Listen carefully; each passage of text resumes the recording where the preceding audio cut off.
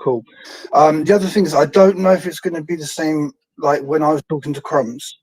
If you hear any feedback or whatever from my mic, let me know and I'll do the same for you, yeah? That's cool. Yeah. Cool. Right. So, some people have already been chatting in here, so big up to Craig, big up Taz was here earlier, and Lumen. So, yeah. If we start with the news that Ten Hag got backed publicly by Ineos in the last week or so, right? So let me just play this quickly. Big up Casemiro. So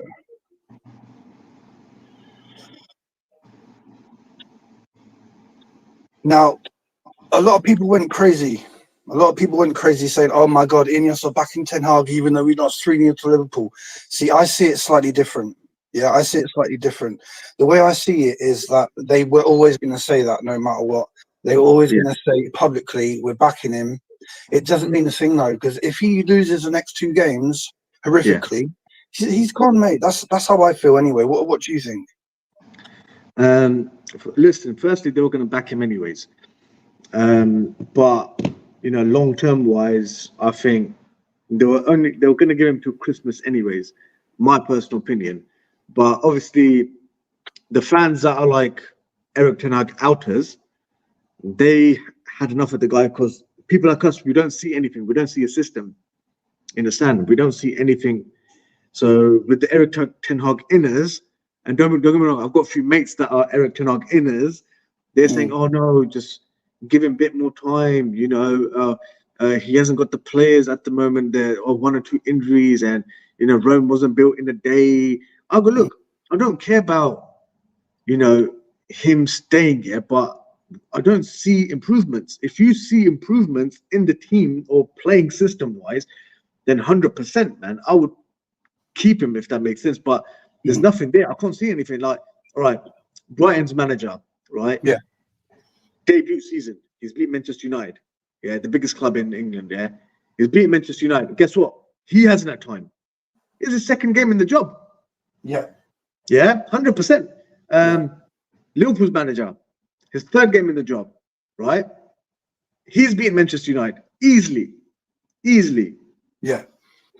Right? But with the Eric Ten Hag inners, right, this and now time. But look, this is his 3rd season, man. You should technically, he should be better. But he's not done anything for me to say, yeah, cool. You know what I mean? So 1st season, obviously, everyone was like on it, yeah.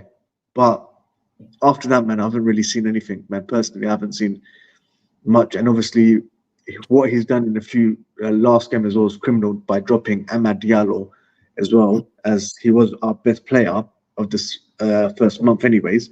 Yeah. So, yeah, that's my opinion. So let me put this back. So the way I see it is we've been here before where managers get publicly backed. But then a few weeks or months down the line, they don't recover any form and then they get sacked. So I always thought that they were going to back him publicly. But then, like I just showed on that article, they were saying that they are concerned about the style of play. They need to see something, otherwise he's in danger. So basically, it's what we're all thinking. That, okay, they backed Ineos have backed you now with these transfers. Yeah, you've got at the end of the day, we've had 5 signings and they're starters, so that's a whole spine of the team ready to go. Yeah, most of those players he's worked with or he will know from his connections in football. So he has been backed, and like they're saying now, they need to see some improvement, otherwise he's in danger. And I think that's the right attitude to have, to be honest. You know what I'm saying? Yeah, no, but I personally think he's been backed. Yeah, he's been given 600 plus million to spend. I've had debates with a lot of these inners, and I've got to look at if, for example, like if Mourinho was given the same backing in his 3rd season, he would have probably done a bit better, in my opinion. Yeah, because he was not backed in his last season. He was given what? He bought Lee Grant Dalot, a young Dalot at 18, and I think it was Fred as well. What can you do with those three players, man? You know what I mean? And for someone that comes second, but now Eric Ten Hag came, I think first season he must have he must have been top 4, 100%. And second season came 8th, right? Worst position ever of Manchester United. And as a single manager, I want to state out the worst points tally for a single manager, right? Yeah. So that's that. And if United are not sacking him after that, then you know what I mean, the gods are with him at the moment. But now he's got given third season, and I even said it before, 10 games, right? 10 games in the last. I said 10 first games in the Premier League. That is where he will be judged. But if he does lose these random cup games now, I think is going to be like, for example, if there's an upset against Barnsley in the Carabao Cup, is I don't know, if he's not sacked after that, then but we should win that game anyways. But my opinion, man, is 10 games, 10 Premier League games, and if he's not won, I say the rest of the games, man. I don't care what anyone says. He has to win. Now we've lost 2 games, right? If he does not win the next 7 games, right, it's going to be. I think he should get the sack. My opinion, he should. Do you think that because you mentioned the Barnsley Cup game, do you think that he'll play a strong side to make sure that there's no upset, or do you think he'll rest some players and play kids? What do you think he'll do? In which games? Against Barnsley in the Cup, for example. Oh, Barnsley, yeah, Barnsley. I'd like to see the new striker, the youngster that we got from Arsenal. I want to see him be given a chance. I think it'll be 50-50. A few experienced, a few youngsters, and I think that will be it. But I don't think he'll want to lose the game because he knows the pressure's on him. I think even if we do play a strong side, I think there's going to be nerves. Do we know if it's away or home? I can't remember, to be honest with you. It's at home. It's at home. Okay. Yeah. So we need to be winning that, especially it's at home. And then is it a Europa League game after that? Europa League game, yeah. And I think, I don't know if that's home or away, but it's an easy game as well. So it's a random team. So it's not someone that you would know, basically. Yeah. There you go. Stephanie's just said 20. So 20. Again, we should be beating them. So those 2 games you got to win, and then that takes you into the 2 league games, which is Southampton away and Palace away. Now, Southampton away notoriously has been hard for United. I remember we lost 6-2 to them when Cantona was playing. He got sent off. So Southampton would love to replicate that kind of result where they put the pressure on us. They would love to do that. So I think that is a massive test. If we get through that, and to be honest with you, we could probably even scrape through that like 1-0 or 2-1 or something. I don't see us going there and dominating. And then it's Palace away, which is the one that really concerns me because we all know what happened there last year. Yeah, my opinion, I think, looking at the last 2 games, man, I don't know, man. If United win, they win. If they don't, they don't. Yeah, but because I even think a draw is a bad result. A draw in both these games, I think, is a bad result. Yeah, but if he draws as well, then it will be a concern on Eric Ten Hag's future. So, I agree. Yeah, I think this is probably the most pressure that he's ever been under because basically, because he's got like we said, because he's got the spine of players there now, half the team. 5 players is half the team. So now that you've got that, you don't really have any excuses. So he's going to be under so much pressure. The Palace game, that really does concern me. The only good thing about the Palace game is they don't have Elise anymore because he destroyed us, if you remember. Oh yeah, I remember that. Yeah. But they've got Nketiah, and I can just imagine Nketiah, who everyone mocks. I can just imagine him scoring a crucial goal for them or something. I can just see it. Do you know what I mean? Yeah, no. Plus, the fans will definitely play a part as well because United at the moment, man, they're just not. It's not well gelled, man. Even Casemiro came out goes, look, the tactics were wrong, man. And simple, if the tactics are wrong, is wrong, and that's it. But even after now, Palace, we've got the at Old Trafford, we've got the Europa game. It's called 20, right? I Yeah, don't know what team that is, but yeah, we should win that as well. Then after that, we got Spurs yeah. at Old Trafford. At Old Trafford. Spurs will be tough. Spurs will be tough. But I don't know. I don't know. We do well against them most of the time. Most of the time, you know. Yeah, Um, but I think we will get humbled by Porto in Porto. So yeah,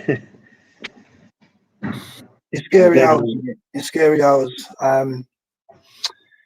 And to be honest with you, the one thing that does concern me is goals. We're not scoring enough goals. When you see that Haaland of Man City has scored more goals than our whole team so yeah, far this season. yeah, no, 100%. Thing is with City, they create chances, and Haaland, he's an out and out striker, right? Thing is with United, we don't really create too much, and if we do, right, we don't have the best finishes yet. Like Hoyland's out. I'm not a big fan of Hoyland, but he's the only striker that we've got. Zerski's not really a striker. He's just a number 10 player as well. But yeah, man. But I think if United do create chances, I think we can score. But I don't know, man. It's just in the midfield, man. We're just lacking that. You know, we need like a player like a Rodri or some, the City player, CDM. I Because think that Ugarte is guy, going to make a difference, mate. I think Ugarte is definitely going to make a difference. I think he looks like he's up for the fight. The way that he's talking, he really wanted to come here. I think he will make a massive difference. But me personally, like I've said all week, I would play Ugarte, Casemiro, and Mainu.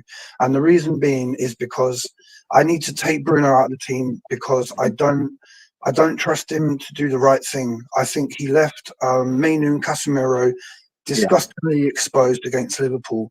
Like I can show screenshots in a minute of like Casemiro and Mainu about to receive the ball from the defence, and they've got like four I saw that. Liverpool Yeah, players around them. Do you know what I'm saying? And you can just see it with your own eyes. What are these guys supposed to do when they've got no help? You know. yeah, So Casemiro, Ugarte, and Mainu, I think that is a balanced, simple, hard-working team with no like Hollywood balls, losing the ball for the sake of it. So that's what yeah. I would do. That's what So I would would do. you I don't know about you. would you put Mano number 10 then? Yeah, exactly, mate. I think that would be all right. Yeah, I think that would be cool because Ugarte, he is a like a rough, a doggy dog player, man. Because I've seen him play at PSG. The guy is literally he's a beast. He Yeah, does run at players, and that's what we need as well. And he won't hide away from players as well. So I've seen him play for you. I think it's a Uruguay, is it? yeah. So yeah, man, he's actually decent. I do, but I hope he does well at United, man. That's the main thing. But then again, it's the manager as well. If the tactics suit the guy, you know. Yeah, I hear you. I hear you. But that's why I think he has to have a double pivot there because Yeah, I'm hearing people say stuff like Ugarte, Mainu, and Bruno, and to me that's not going to be any good because Mainu and Bruno are not the strongest players, so that only leaves Ugarte. So he's basically going to be like a headless chicken running around trying to smash into everyone. I just yeah, don't see it working. And listen, I know Casemiro made some mistakes, but if you actually deep it and you realize why he made the mistakes, is because he's not getting the help from yeah, Bruno. Bruno needs to be dropping deeper to receive the ball. He's supposed to be our best passer, our captain, the chance creator. He needs to take responsibility and help Mainu and Casemiro out. Have you noticed how many bookings Mainu has been picking up recently? yeah.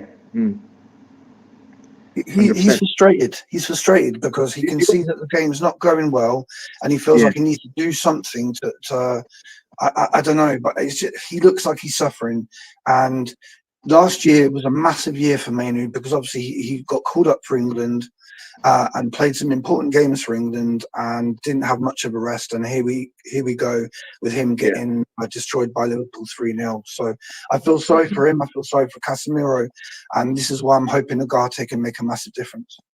Yeah, no, you're right there because Kobe, he's not a pacey player as well. He's not quick, right? He's decent pace, but he's not quick, right? But he's got, for 18, 19 the guy, he's got so much ability, technical ability on the ball. So, I do rate that. And I ain't gonna lie, we've seen McTominay play for years. And already Kobe, man, he's just way above him, way above flipping McTominay. If Crumbs, big up, brother. I'm going to come to you in just a sec, mate, right?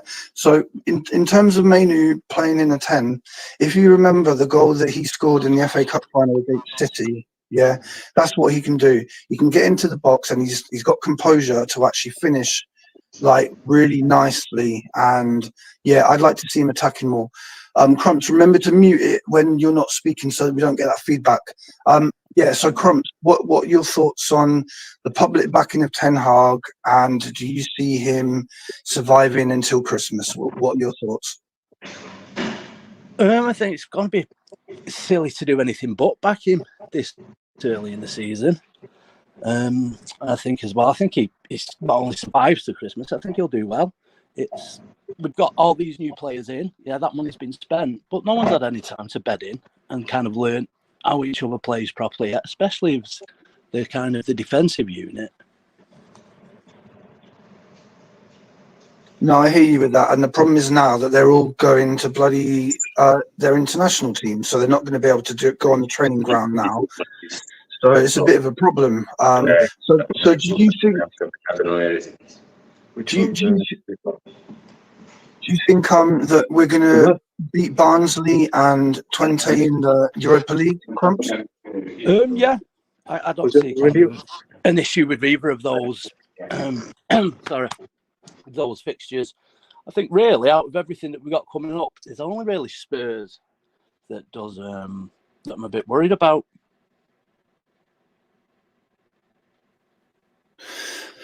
Yeah, I just think I was saying earlier before you came on that I'm concerned about Southampton going away to Southampton. They would love to put us under pressure.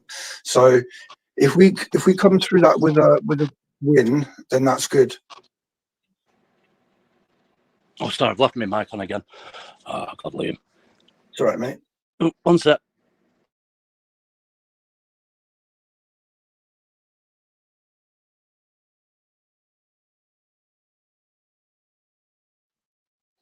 So people in the chat, just let me know, do you think we win our next 4 games? Do you think we beat Barnsley? Do you think we beat Twente? Do you think we beat Southampton and Palace? What do you guys think in the chat? Let us know. Sorry about that. I was just coughing my guts up. No worries, mate. No worries. Right, yeah. So the next 6 games: Southampton, Barnsley, Palace, 20 and Spurs, isn't it? Yeah, I think Amas will feature in at least one of them. I think he'll probably start against Barnsley. Well, of course he will. It's or is it the 3rd round? I'm not sure. With the AFL, is it the 23s or is it the first team yet? I think with us, it's always going to be the first team. I think it's the lower leagues that do that. I think. I didn't double check that because it's only just kind of when I wrote it down. But yeah, I think Amas will definitely be playing in at least one of those games because we need a left-footed left back. Sorry, although Delo did well on Sunday, but we need the balance there, especially if we're going to continue playing wide players. And kind of if we don't get that sorted out, let's say Rashford has no one going on the outside of him. So I'm not really sure how that's going to... I should have really checked that up properly. So in terms of left-footed left-backs, that brings me on to Malacia because they're saying now that he's been put into the Europa League squad, which means that they think he's going to play in it, which means that he should be coming back soon. Now, we spoke about Malacia last week, Crumps, when we said that we think he's a decent player. Upset to see him have all these problems with his fitness. But if he settles down, he's a definitely good player. And he's still young. He fights for the ball. So, yeah, him coming back could be massive, really. Yeah, and I think he should do well because out of all the positions you can play on a football field, I think kind of fullback is where you can get away with it a bit. Certainly, if someone's a little bit off the pace or needs to be playing into a bit of form. Taz, Yeah, I what think do you think about this question? Answer this question, mate. What do you think?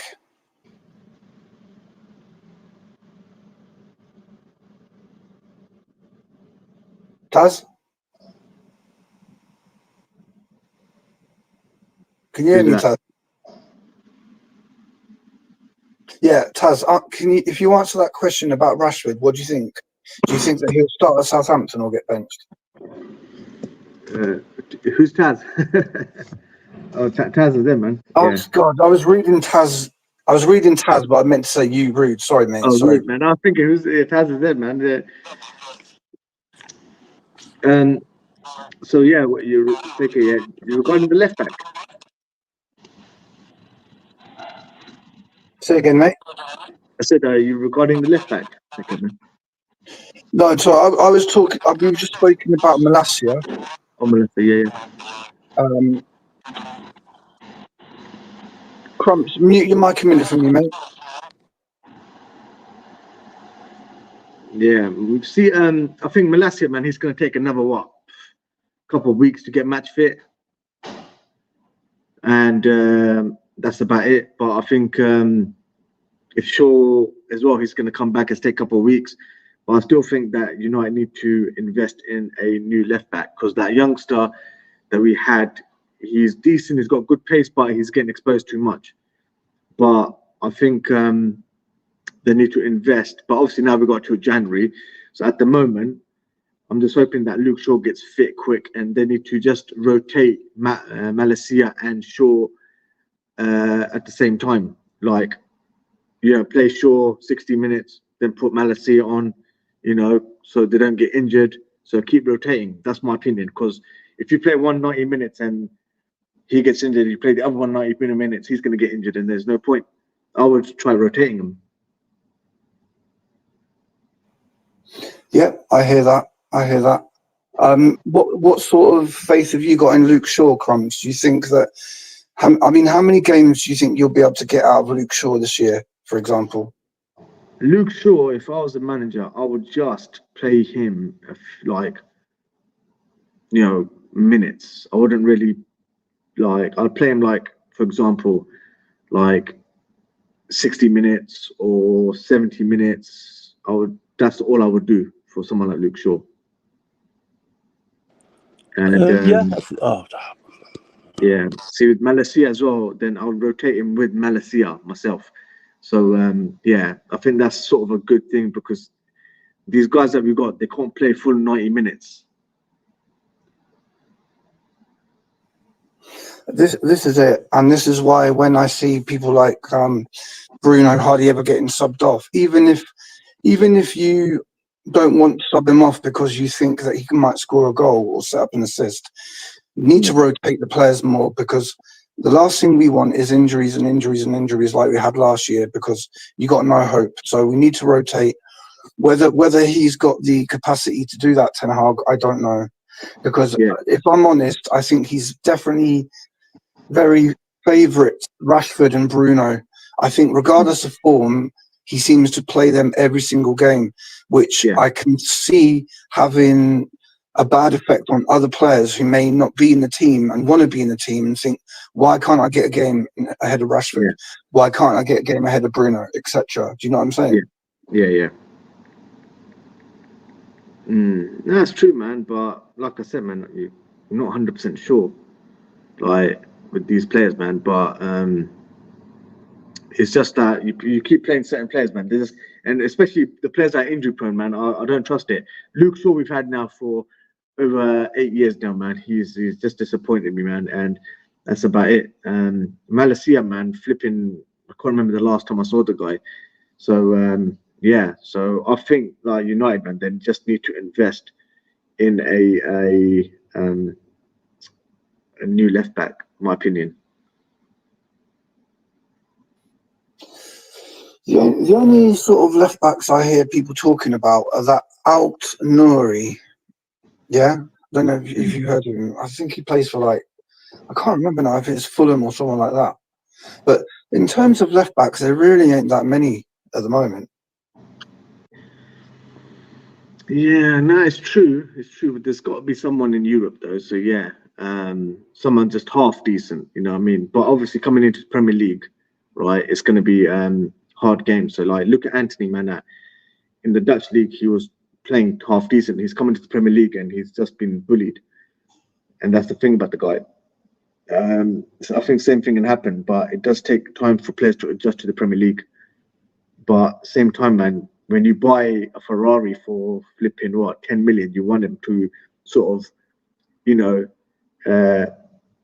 play well straight away. Like, you know, you don't want to know, oh yeah, it's gonna work in 2-3 days later. You understand? You want it. If you buy a car, you want it to work straight away. Same thing as a player, man. You want them to sort of be fit and play well. In regards to Anthony, what's annoying me at the moment is I'm not going to judge him for last year because last year he had a massive off-field drama, right? So as a human being, if you have all that kind of drama on your head, you're not going to perform whatever job you're doing to a good level. So I'm going to ignore what he did last year. I'm going to think back to the certain things that he did in his first season, like score against Barcelona, like score against Arsenal, Man City, right? So I would like to see what he can do this season, but Ten Hag is being a bit of a dictator by bringing him on for the last 2 minutes of a game. I don't particularly see how that helps anyone. In fact, you could actually see it as disrespectful because if I'm a professional player and my manager's bringing me on for the last 2 minutes of the game, I'm like, this guy does not value me. So 100%. I don't know how you feel about that. No, I agree with you, man. I agree with you. Same thing, man. Like, you can't, especially a player of that caliber, man. Like, he's not a squad. Technically, he's not really a squad player. He's meant to play a few minutes. You understand? As I look at when Ronaldo, when he was playing for Eric Ten Hag, he tried to bring him on for like 5 minutes, 2 minutes, and he's like, "Are you crazy? You're bringing me on for this 2 minutes?" You understand? So with Anthony, man, obviously. I'm not trying to compare both Ronaldo and him, yeah, but I'm just saying that Anthony as well, he needs to be given, I think, more minutes. Like if he came on 70th minute or even 80th minute, so you can get match fit as well fully and adapt to the game as well. So yeah, but if Anthony doesn't get the games, I think till December, I think January, he needs to think about his career. And all this stupid chatter about Anthony going to Galatasaray, I never heard anything so stupid in my life. Right, so what do you want us to do then? Have like 3 wingers to cover 2 positions? So then what happens if one winger gets injured? You got 2 wingers and that's it. We got no wingers coming through the academy right now. So even if Anthony doesn't play, you need someone there as backup. And let's be honest with you. Let's be honest. Rashford isn't doing that well. Garnacho a little bit better. Ahmad is probably the only one who is doing more or less what he should be doing. So the thought of him going on loan to Galatasaray was just a joke to me. We can't get rid of any other players now. We can't. If anything, we should be bringing some free transfers in. Like I would have brought Rabiot in. I don't know how you feel about Rabiot. Rabiot, obviously, he plays more in midfield side, so I think he would have been a lot. He would have been a good backup. He would have been a good backup. I've seen enough of Rabiot. He is decent. He's not great, but he's just decent. That's about it. Because I've seen him playing for Juve and a bit for France. So yeah, and he does do the basics well. He can pass decent. So yeah, he can pick up a ball great. So yeah, man, I would I wouldn't mind that, but obviously Rabiot, man, he had a chance to come last year, I think, and he technically rejected us. So if a player rejects you, man, I would not take him. I hear what you're saying. The reason I would get Rabiot is because I think we need someone to cover Manu so he doesn't have to play every game, because I think that's ridiculous at his age to be playing every game. I don't think that, again, like Anthony, Ericsson is barely getting any time to play, if any at all. So he doesn't look like he's being trusted. So then, what else have you got? So that's why I'd have Rabiot to cover for Manu. So that he doesn't have to play every game. And, just to put it out there, there's always this thing about his mum and agents and all this, and the fact that he's a bit of a troublemaker, whatever. We took one of the biggest troublemakers in France from Leeds and brought him to Man United, and he won us the title, and that guy's Eric Cantona. So if a player has got that sort of fighting spirit and rebellious spirit, I'll take him, because that translates onto the pitch as wanting to win a game. You see what I'm saying? Yeah. No, 100%. But same time, man, it's like you got to think about the players you want to buy, because you can't just buy a random player just for the sake of it. Like Rabiot, I understand he's on the market, but if he's going to suit the system as well, then yeah, because you can actually get him if you think, yeah, he's going to suit the system and he's going to sort of benefit Manchester United. Because most of United buyings, obviously not this season, I'm talking about the past, they bought players for the sake of it. And that was the issue. That's where United basically slacked. Like, for example, like, is it Sanchez back in the days, right? He was sort of, we bought him for 60 mil, but it was just for the sake of it. Because he was there to get, they just bought him. Understand? And afterwards, when he came into the team, and then they didn't know where to play him, and it was just all over the place that time, and that's what it was. So yeah, I think now we've got sort of the right backroom team, but they're not going to buy players just for the sake of it. No, I hear you with that, and I agree, because the proof of that is with Branthwaite, because I think if we are with the Glazers still, and they're the ones making the football decisions, he gets bought no matter what the price. Whereas Ineos has said, no, that's too much. That's too much. And that's the clever thing to do, because he can stay at Everton, and if they get relegated, or even if they don't, he can go for much cheaper next year. And he wanted to come. The word was that we agreed personal terms with him right at the start of the window. He was ready to come, but Everton were being too stingy. No, the opposite is stingy. Money grabbing. Yeah, they wanted more money. Look, at the end of the day, we're never going to spend 80 million on a centre back again. Those days are gone, mate. And that's why we got Euro for, what was it? Is it 40, 50? I can't quite remember now. Around that much, yeah. About 50 mil, I think, yeah. Because I'm sure you agree, right? When you spend like 80 million on a player, usually they're actually worth 40, right? 40, 50 at the most. So by spending 80, you're putting double the pressure on them to perform at a consistent level. And we know that some players can come to United, and you just mentioned Alexis Sanchez. They come to United and they can't hack it. Even Di Maria, you could say about him as well. You know what I'm saying? No, yeah, but with Di Maria, he was a bit unlucky, man, because him and the manager didn't get on. That's the issue. He had no problems with the club. He just, him and the manager had a falling out, and that's it. Just kept him out. So, yeah, and Di Maria, don't get me wrong, the guy, he's quality, right? I don't care what anyone says, man. He's quality. Even at his latter stage of his career, he was quality, you know, and the manager picked Ashley Young over him. You know what I mean? So, yeah, but it's like now with Eric Ten Hag, right?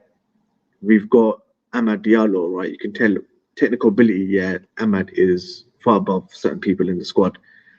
And we bought him for about, what, 37 or 34 million, if I'm not right. And we bought him under Ole Gunnar Solskjaer as well. And you look at him today, man, he's been out on loan.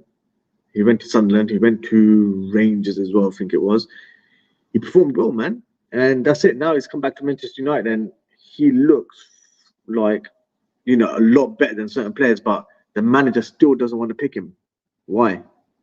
You understand? So there's an agenda there, man. So I don't know what to say.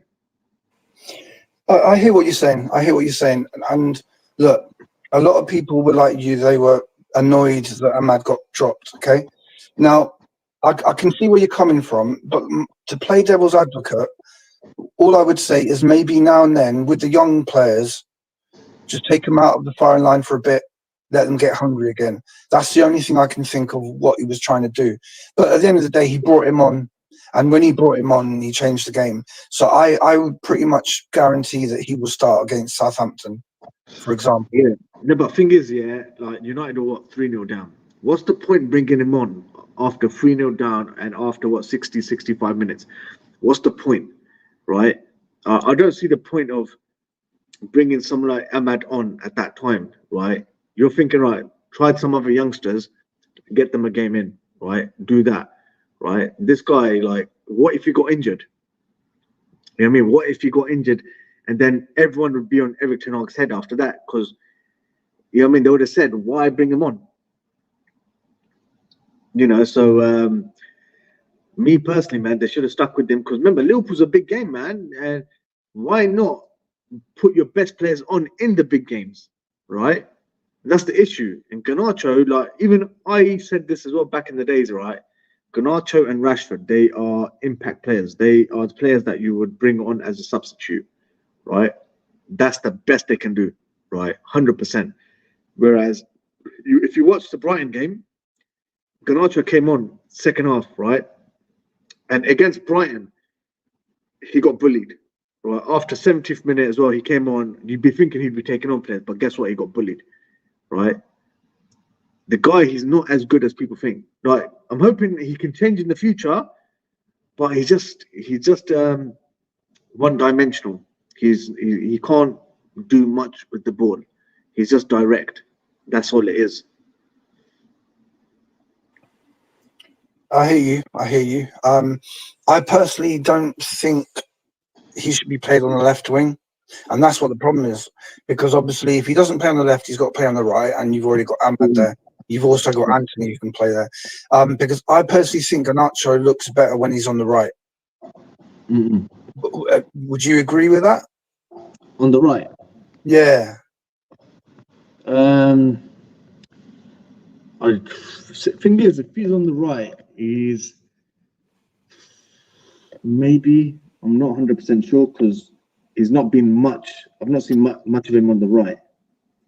So, yeah, I think if he does, then yeah, cool. But you've got to try him in certain games, man, on the right. No, I hear you. I just think at the moment our left wing is a massive problem. We're not really creating too much from there. It was actually good to see Rashford cross it twice for Xerxes to almost score. And let's be honest, we don't feed our strikers enough. We didn't even do that enough last year. Bruno only assisted Holland once last season. So it's a big problem we have where we don't supply good enough support to the strikers, man. Yeah. No, 100%. Last year as well, we didn't create enough. Last year as well, the same thing. We had injuries, as the manager says. So I'm not happy. And this, like I say, the manager's going to have the same excuses this year, guaranteed. He's going to say, oh, this and that. Oh, and you know, Gary Neville as well. He's going to be the same guy. Oh, it was the Glazers now. He can't blame the Glazers now, right? So I want to see what excuses they're going to make up this year. So, yeah, like I said, 3 games gone. Even the first game was lucky that we just won 1-0. And that's it. Then the last 2 games were against Brighton. And remember this, we lost against the teams that had managers that literally their first seasons. Yeah, Brighton, manager, first season. Liverpool, again, new manager, first season. And they beat a manager that's literally in his 3rd season. Simple. So that's why I say, man, I don't see this manager going forward. We will see, my brother. We will see. Are you jetting off now? Yeah, man. I'm going to be watching the Portugal game, man. So, yeah. No worries, man. Is Ronaldo playing? Is he starting? Yeah, he's starting, man. Yeah, he's starting. Yeah, And Bruno, believe it or not, he's starting as well. Delo as well. Dalot, I'm not sure. No, Dalot's not. Yeah. I swear, if Dallo gets injured, mate, I'm going ballistic. No, I didn't see Dalot. Yeah, so but Neto's starting. Is it Neto? Yeah, he's starting Yeah, on the right. So yeah, I'm the a bit Chelsea eager to player. see Yeah. that. Yeah, yeah, so I'm a bit eager, man. All right, brother. So man, thank you, and guys, thank you. Who's ever Oh, in before the you chat? go, I don't know if you can do it. Can you put your if you want to put your link, your YouTube channel in the chat, mate? Yeah, my channel's literally just rude_786, man. So it's not you know, I don't know where it's done, but yeah. Because anyone who comes on there, I always want to promote your guys' channels because I'm not like a guy who wants to be like a famous superstar. I want us all to grow as people. So Yeah, I'm no, more than 100%. happy for you to do that, brother. 100%. I'll just see if I can share something, man. 1 No second. worries. I'll leave it on the chat as well, innit? So 1 second.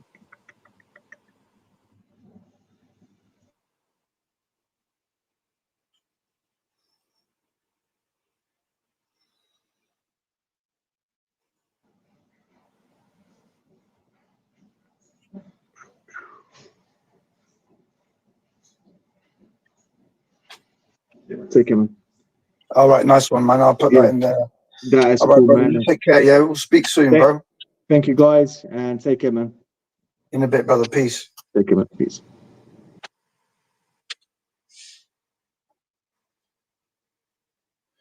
Right, so guys, I'm just going to put Rude's link into the channel.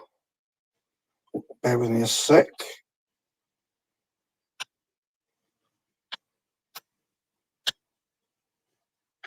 There we go. So just do me a favor and sub to him as well, because like I said, I wanna help other people get their channels to grow. You'll see me do that, and then every channel I go where I'm a moderator, I try to help people get more subscribers, because it's very hard. I know how hard it is. Lumen says, Elite, one day you will have some same sub as Mark G. I hope so, man. I hope so. We'll see. I'll do my best.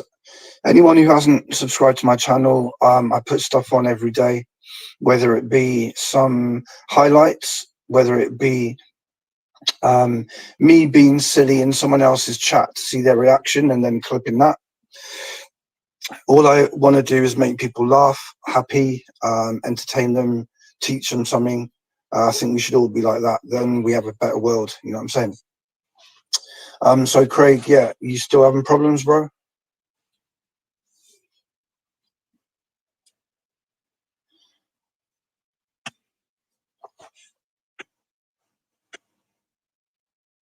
There we go. How you doing, my brother? Think you're on mute, bro.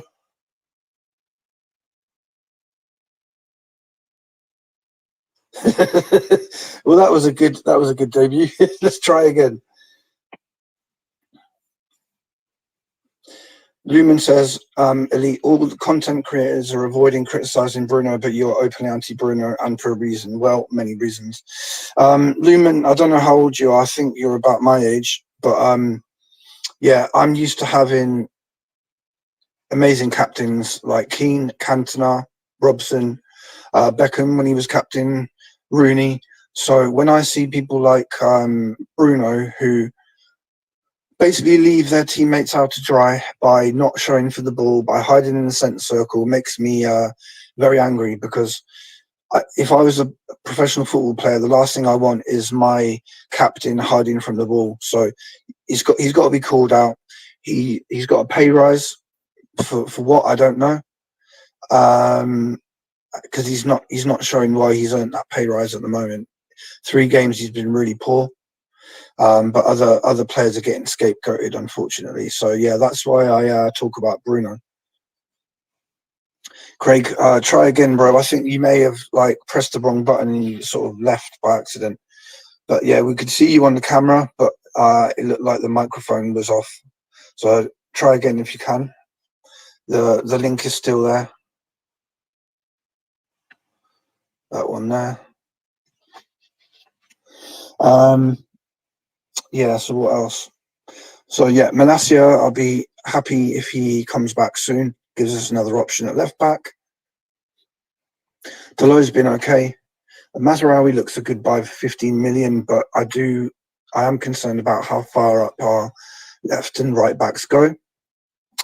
Right, let's try again, Craig. It's not allowing me to add you, bro, at the moment. Let me, while I'm waiting for Craig, let me do this. So this is my lineup. This is my lineup that I would choose.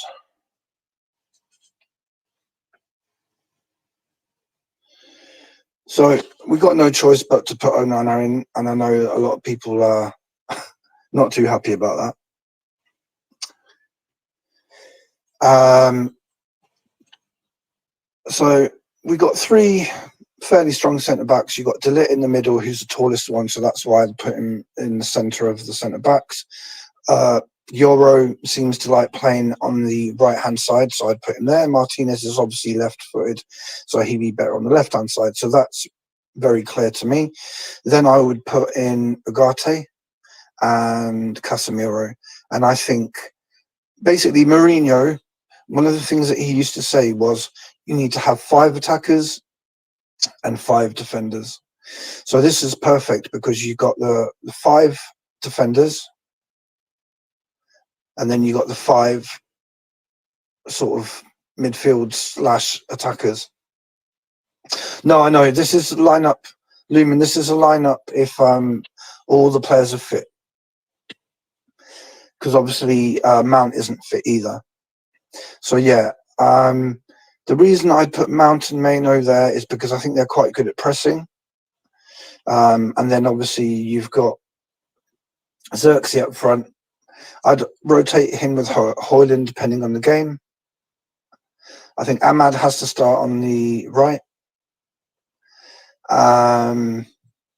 So yeah, Ugarte and Casemiro to make it more solid in the midfield. Why Casemiro and not Leacher in midfield? I don't know about Leacher in midfield. I'm sure he could do it, but I don't know if it's his natural position that he could play. So I would be a bit concerned about doing that. But yeah, I got nothing against Højlund as such. I think though that Xerxes is a better player at holding the ball up, passing it, being technical, bringing others into the play. So that's why I would pick Xerxes.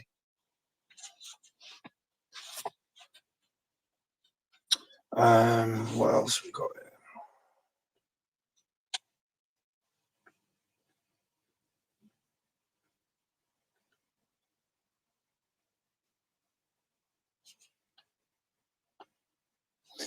So our Europa League group.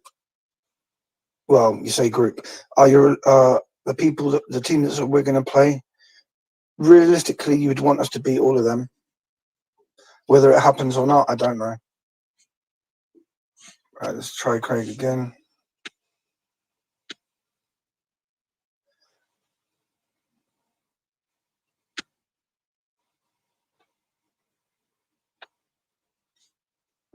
It's not working, Craig. Like I put you on and then it just kicks you straight out. I don't know what's happening.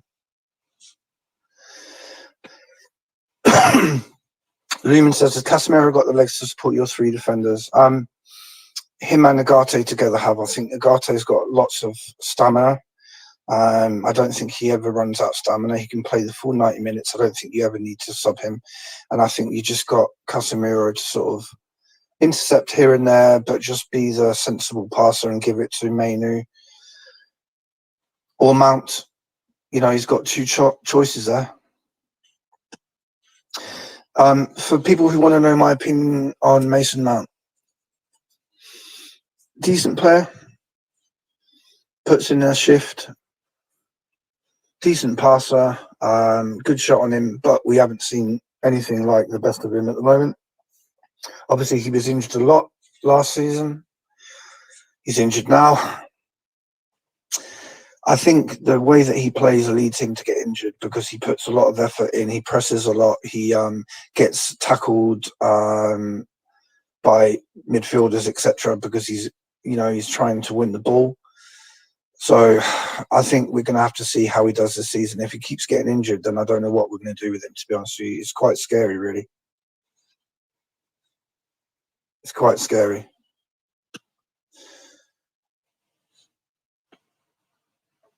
Some players give you some decent players give you trophies. So if you mean like not world class, yeah, I don't think Fletcher was world class, but he did a good job, Darren Fletcher. I think you just need some workhorses as well. You need people who never give up, never give up. You can't all have superstars in your team. Sir Alex Ferguson had a mixture of superstars and hard workers.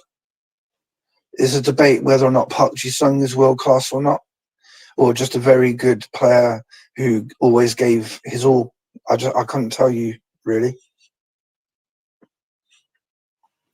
but I get your point, Lumen. I get what you're trying to say there.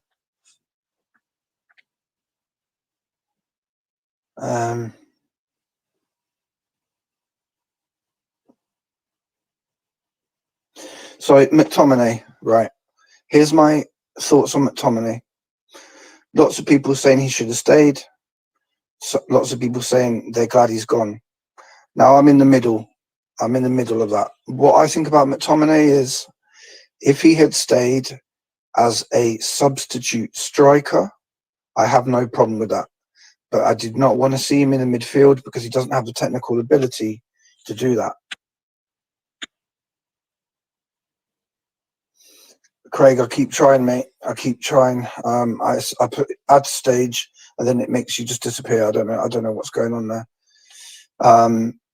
Yeah. So with McTominay, if he was willing to stay as a substitute striker and just come on when we need him, I would have kept him. However, he may have said, "Look, I want to play more.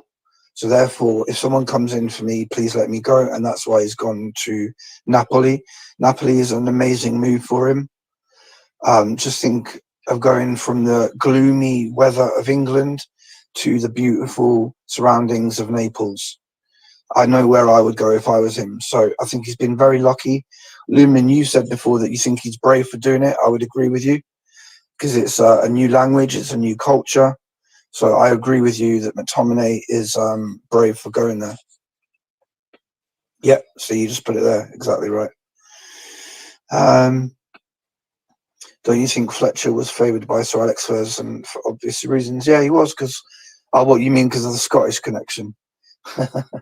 maybe. But I think that's natural. I think that's why obviously Ten Hag has got a lot of Dutch players because he feels like he can connect with them better. You would like to think that you get on really well with your fellow native citizens. Whether that's a good thing or a bad thing, I don't know. But yeah, you do make a good point. It could have been because he was Scottish. But back in Sir Alex Ferguson's day, we had a lot more players who were Irish, Welsh, Scottish. Nowadays, there's barely any on the market that are world class anymore. I think there's been a bit of talent has dried up there. Robertson of Liverpool was decent a couple of years ago. He came from Hull. He was a good left back. John McGinn's all right. Nothing special, but he's all right. He'll do a job. No worries, Craig. It's all good, man. It's all good. I saw that you kept trying, but yeah, it's one of those things. It's like when I go on to Mark's channel, I can't hear anything because it goes all distorted. So I think it just depends on the device you're on, etc. But yeah, don't worry, man. I appreciate you trying, brother. It's a shame. It's a shame. I would have liked to have a good chat with you, bro. But we'll see what happens. I don't know what's happened to my brother Crumps. He disappeared. But yeah. So yeah, that's what I think about McTominay. And then what else? Yeah, Garnacho, like I said, I think he is better on the right wing. He's actually got quite a good left foot on him, so he can cut inside and shoot with his left if he needs to, but he can also, you know, cross with his right. At the start of the season, including the Charity Shield, he came on, scored a goal, got an assist. He missed that open goal the other day, which was crazy. But, you know, it happens to the best of us. But he does look like when he plays on the left that he struggles, just like Rashford. When Rashford plays on the left, he struggles. I think the opposition know that if they get 2 players on Garnacho, 2 players on Rashford, that they find it very difficult. So they nullify their threat, you know? Newman, that's really mean, that. You can't say that. That's really mean. Bold is beautiful. Anyway, you know what I'm saying? Yeah, so that's Garnacho. We spoke about Ahmad. Xerxes. Yeah, so my thoughts on Xerxes, I think he's a good player. Personally, I thought he was quite poor against Liverpool in terms of first touch, choice of pass. He got booked, didn't he, as well? He got booked. But having said that, could have easily scored 1 or 2 goals. So if he had done, then as a striker, even if you have a bad game, if you do score a goal, everything gets forgotten. Because at the end of the day, strikers are paid to put the ball in the back of the net. So that's what I'd say about him.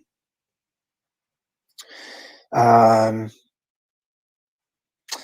then, yeah, so Lumen and Craig, what are your thoughts on Onana? I'd like to know what your thoughts on.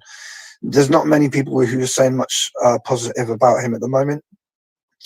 All I would personally say about Onana is we need to reduce the amount of shots that he faces and see if that makes a difference. Let's put it this way: if you're more solid as a team and your keeper doesn't have to make as many saves, the less goals he's probably going to let in.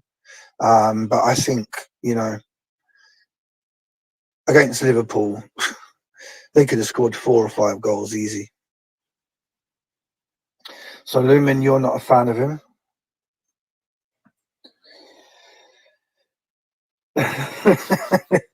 That is funny, Craig. That is funny.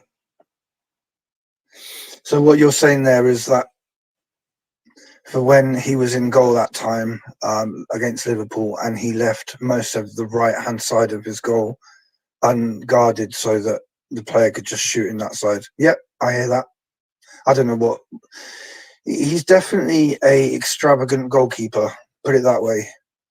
If you compare him to a goalkeeper like Van der Sar, there's no like comparison. Van der Sar is very sensible, doesn't do stupid things, does the basics very well, you know? Lumen says, but that final against City, he was so cool. I think African Juju is the reason he is now shit. He should have kept a low profile. Yeah, maybe. I remember that Pep Guardiola was praising Onana. He was saying, he's unbelievable the way he just comes up and sweeps the ball like another defender. We were having big problems with him. Yeah, and I think that's why he's been brought to Man United. But I think when you were playing Maguire and Lindelof, the chance of playing out the back was pretty hard. It's pretty hard right now because our captain isn't coming deep enough to get the ball, and so Casemiro and Mainu are just panicking. Casemiro made 2 mistakes. Mainu made a mistake for the goal, and it all boils down to not having decent enough people to pass to bring the ball out. To be honest with you, when you start getting outnumbered and pressed, I would just hit it long to Xerxes. I'd rather do that. Why are you putting everyone at risk of conceding a goal when you're getting outnumbered and pressed? It doesn't make sense to me, to be honest. Craig and Newman, would you sell or would you try to sell Onana in January or next season, or would you just carry on? I think it's very difficult for Ten Hag to sell Onana because he's the one who brought him in. So it looks, if he sells Onana, it makes it look like Ten Hag has made a mistake, and he's a very proud man. I think we can all agree on that, and I'm not sure he'd want to do that. Not that that's a good enough excuse, because at the end of the day, the manager isn't as important as the club is. Man United is more important than Eric Ten Hag. and always will be.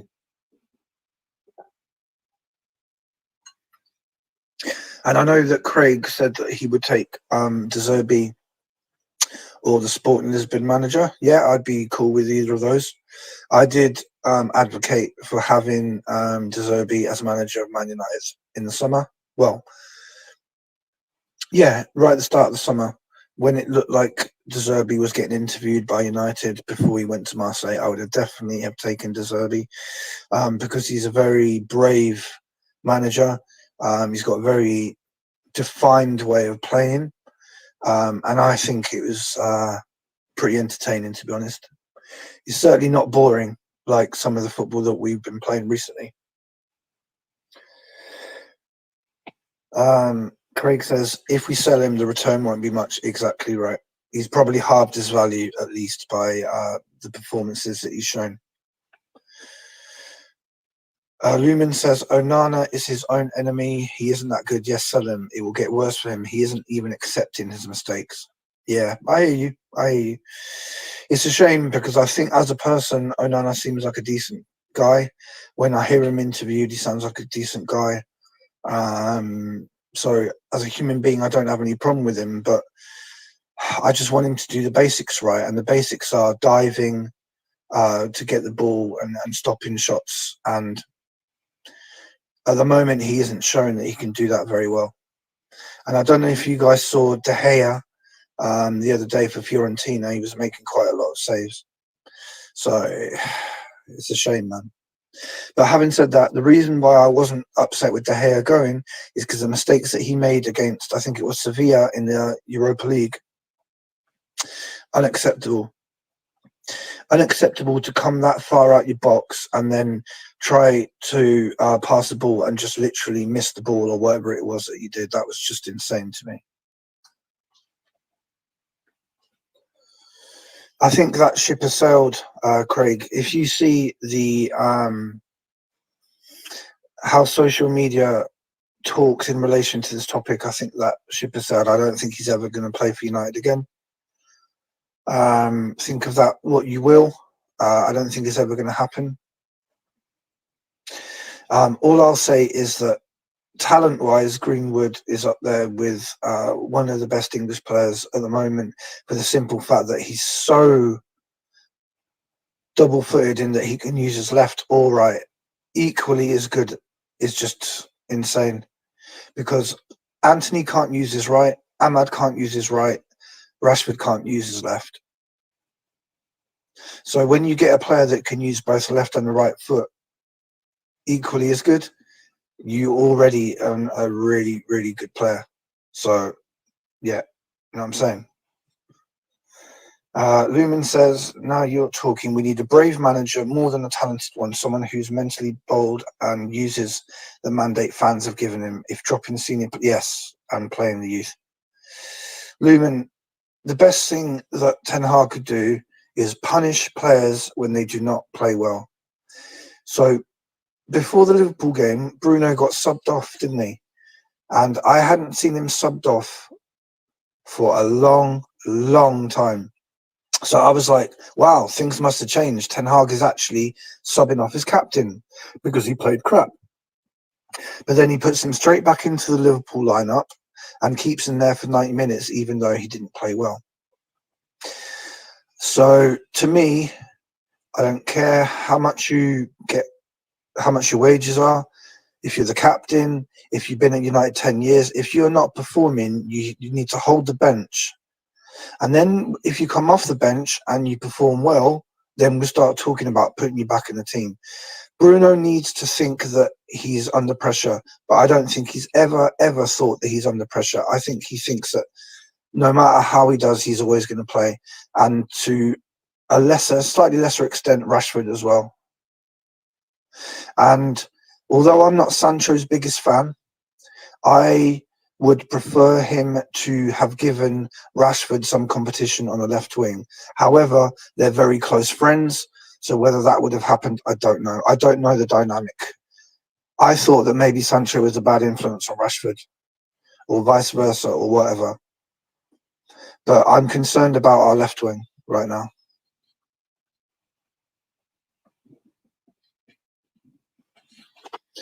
There's a lot of problems at United, unfortunately, and they're not going to go away anytime soon. But what we need to do is just see little steps here and there where we can think, oh, okay, that's better, that's better. We look more solid here. We're scoring more goals. At the moment, we're not doing either, because we let in 3 goals to Liverpool. We let 2 goals into Brighton, so that's 5 goals. And we kept a clean sheet against Fulham, but we could have easily have conceded. So, yeah, it's concerning, guys, but I'm not going to be all doom and gloom about it because there's always a next game to improve, isn't there?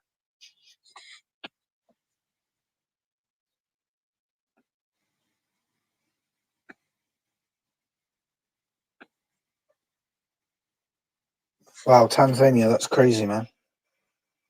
I don't think I've ever spoken to anyone from Tanzania. I'm guessing it's really hot there, yeah?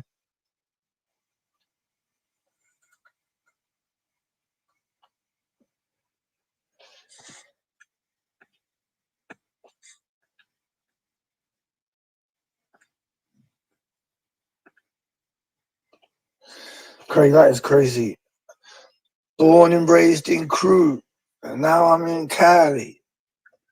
That's crazy, man. I wonder how many people from Crewe now live in California. There can't be that many.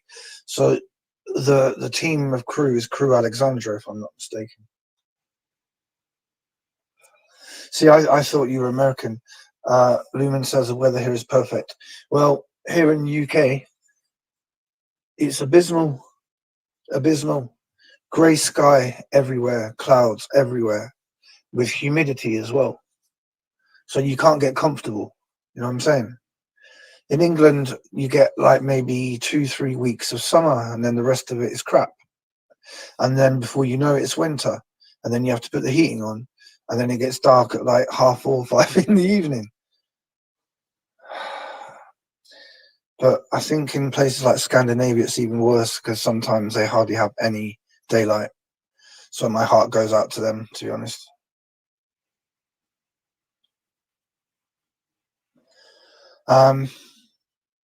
Yeah, man. So unfortunately, because of the international break, we're going to have to wait quite a while to see United in action again. So it's very frustrating because obviously you want to get another game to make up for the crap that you did against Liverpool, but we're going to have to wait.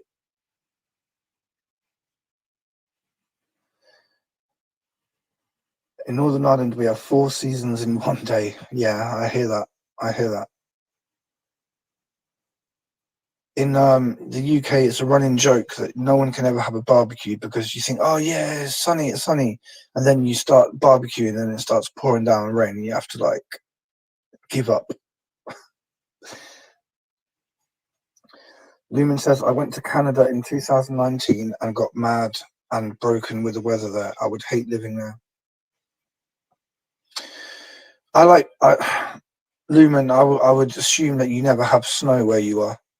I do like snow now and then. I think it's beautiful to look out your window and see a blanket of white snow everywhere. I think that's beautiful. So I always appreciate snow when it comes.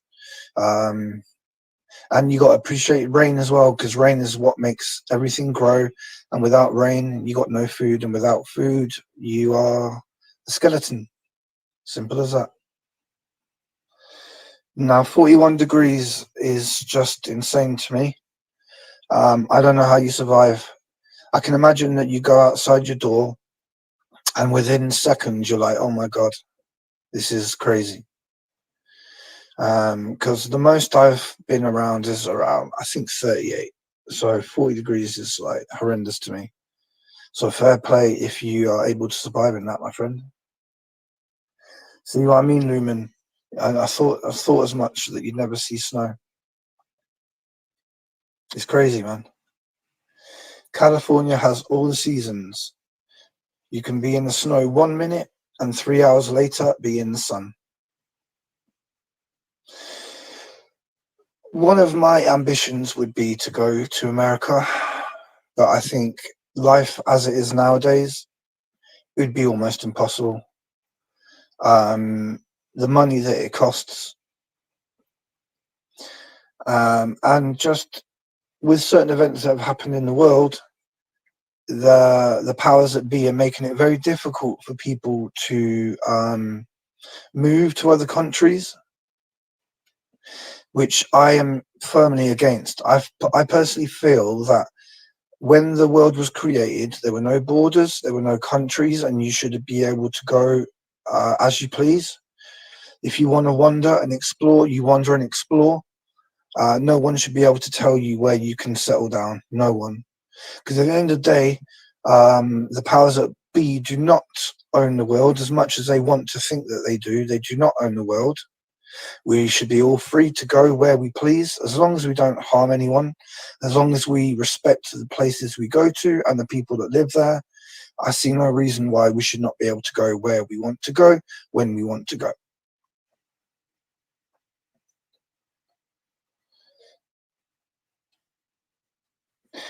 Craig says, stay away from here. Stay away from Canada. Our political system is awful. Now, the thing about Canada is that you have a mixture of cultures, if I'm correct. You have, obviously, your neighbours, America, and then you have the French connection.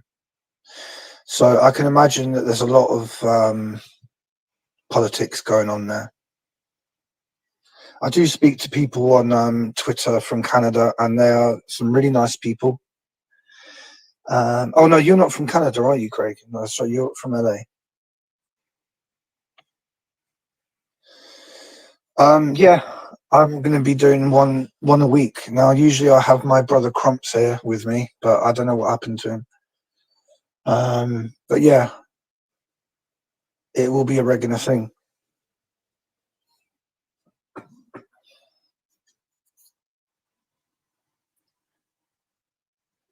And everyone is welcome on the panel. Everyone. Fun fact: my last panel that we did, my friend Crumps had never been on live stream before, so he was very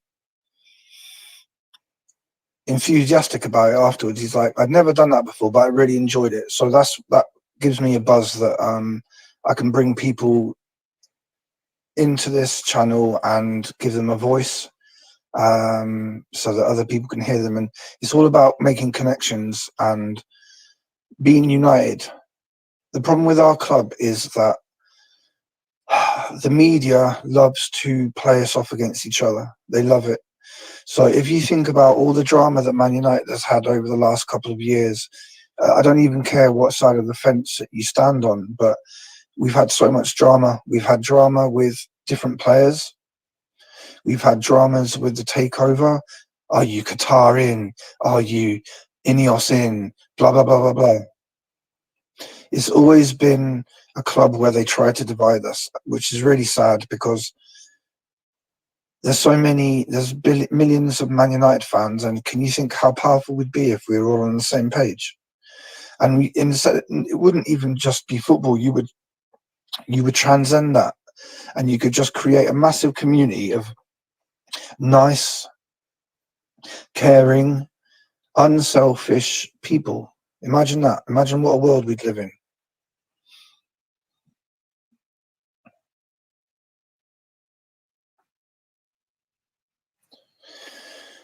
Prediction for the Southampton game.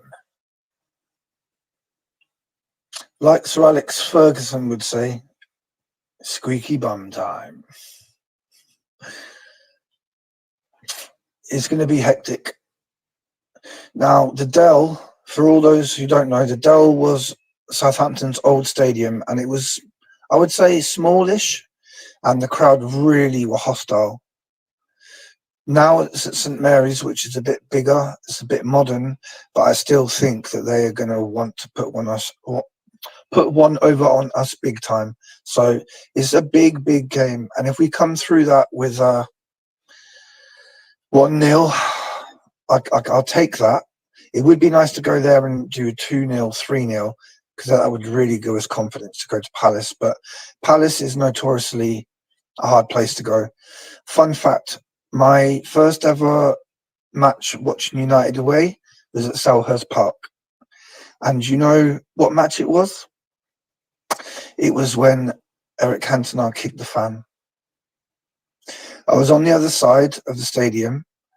I couldn't see what was going on. I could just see a lot of ruckus as Cantona got sent off. I even remember how he got sent off. He got sent off because he kicked out a player called Richard Shaw of Crystal Palace. And then as he was walking off, this guy called Matthew Simmons, I remember all of it well, came running down and obviously swore at him and said stuff about his mum. Cantona then kicked him and tried to punch him. I remember the crowd throwing coffee towards Peter Schmeichel. And as we were walking out of the stadium, I heard people say, yeah, Cantona, Kung Fu kicked a fan. And because I couldn't quite see it, I was like, yeah, all right. Then we get home and we watch Match of the Day. And we see Cantona Kung Fu kick the fan. And I'm like, oh my God. The first match I've ever seen, and it's probably one of the most, I don't even know the word for it, craziest matches that you've ever seen. And I've still got the ticket.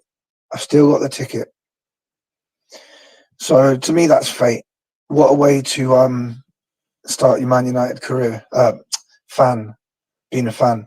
Also, another little thing is, I remember we had just bought Andy Cole for quite a lot of money back in those days.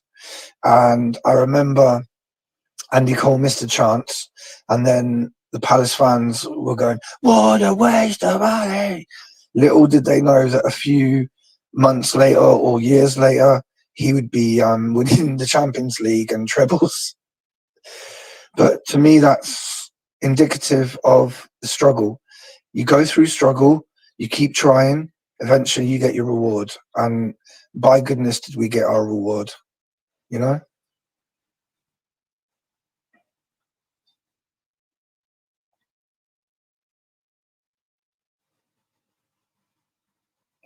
And I just want to say to Lumen, Craig, and Stephanie, I really appreciate you being here.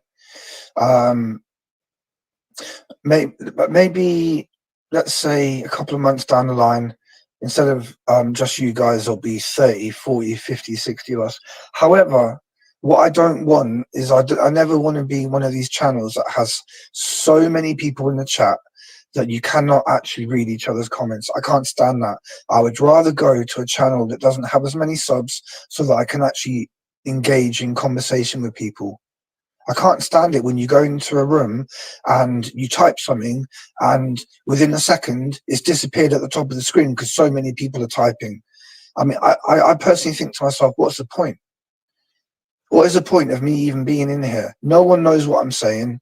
I'm just wasting my time. So I will always go, and I'm, you know, Craig and Stefan Newman, you've seen me go into smaller channels like Red Talk, Real Red Talk, and support them because it's a smaller channel. We're more of a community. We can speak with each other. We can get to know each other. We can bond with each other. We can educate each other. I much prefer that. I can't stand going into rooms where everyone is just a number, because that's what life's about. Anyway, in life, you're just a number, man. And I've got much more to offer than just being a number, you know what I'm saying? And I'm sure you guys are as well.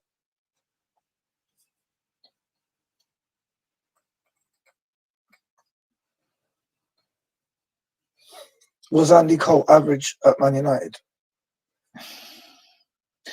Andy Cole was a player who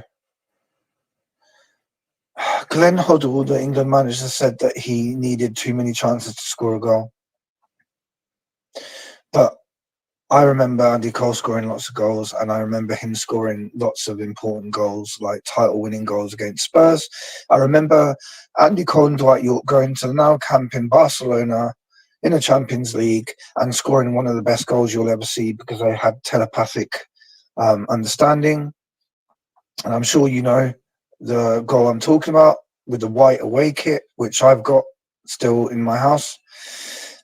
It's one of those Umbro kits, and the collar is like curled to smithereens, like it's just absolutely curled. But it was a beautiful shirt. It was also the same shirt that Giggs scored in the FA Cup semi-final against Arsenal. He scored that wonder goal, and he ripped his shirt off, swung it above his head, and revealed his thoroughly hairy chest. And the rest is history. I'm sure you guys remember that, yeah?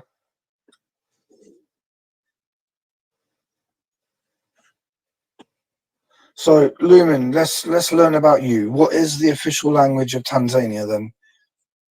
Is English the second language, or what's the deal with Tanzania?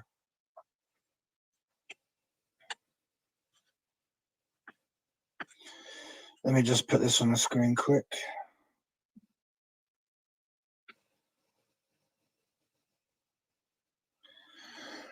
While I'm waiting for Lumen to answer, just look, man. Liverpool just did a number on us. I know some of you have already seen this, but for anyone who hasn't, just look at the way that they've got 4 or 5 players surrounding our midfielders so we can't play the ball out the back. It's just so obvious. And you need your captain coming here and taking responsibility, not hiding in the centre circle. And it's heartbreaking, man.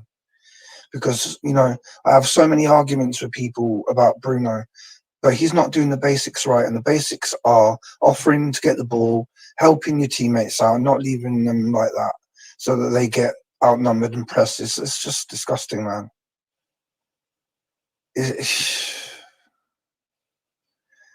I can't abide a captain doing that to his fellow teammates. If he was my captain, I'd throttle him in the changing room. Simple as that, man.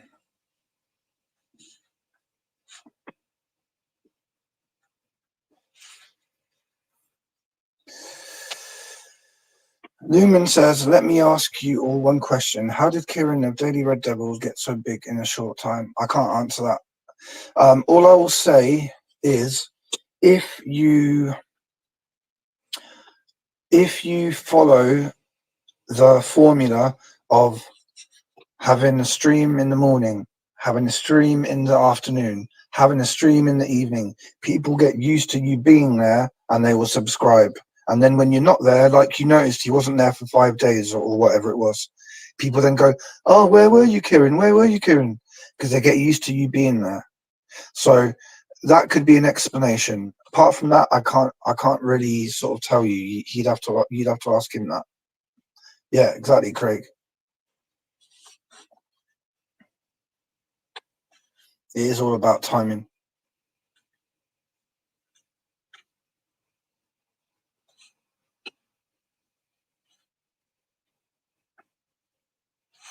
Yeah, exactly right, Lumen. Bruno creates 1 goal or scores 1 and people forget everything. Yeah, exactly. You've hit the nail on the head there.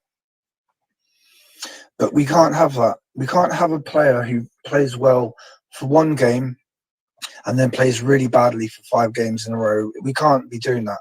We're never going to get anywhere if we accept that. We're never going to get anywhere if we accept that. You need to play well every game. Okay, you can have 1 bad game, but by God, you better play well the 2nd game. Otherwise, 3rd game, you're on the bench. That's how it needs to be. And I've said it before, guys. I'm concerned that Bruno or Rashford or both is going to get the manager sacked. And it will be his own fault because he's too loyal to them when they have not shown him levels of consistency which they should have done to warrant playing every single game.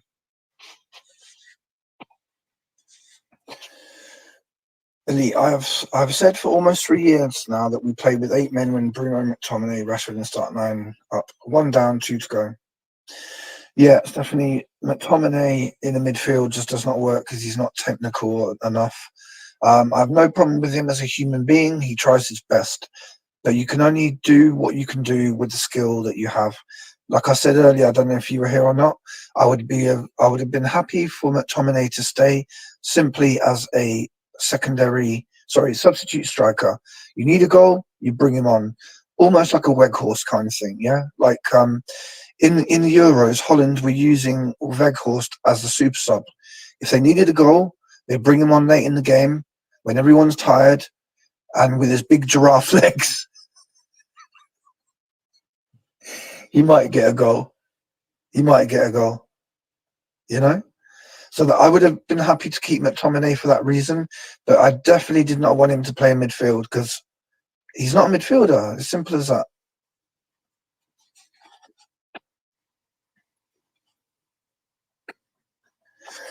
Are there any content creators you won't watch?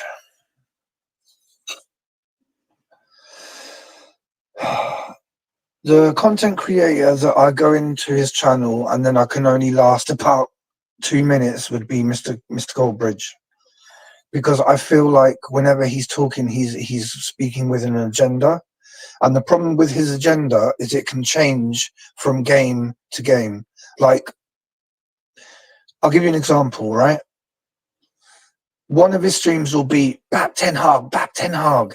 Then the next stream will be Ten Hag's on his last legs. Then it will be back Ten Hag. It's like a roller coaster ride. You don't know where you're going, you know? And I just feel like if you want to deep it like this, right?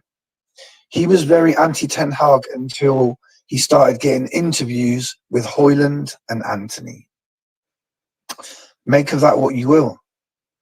Does that mean that he's been said, look, Goldbridge, we'll give you access to some of our players, but you have to publicly back the manager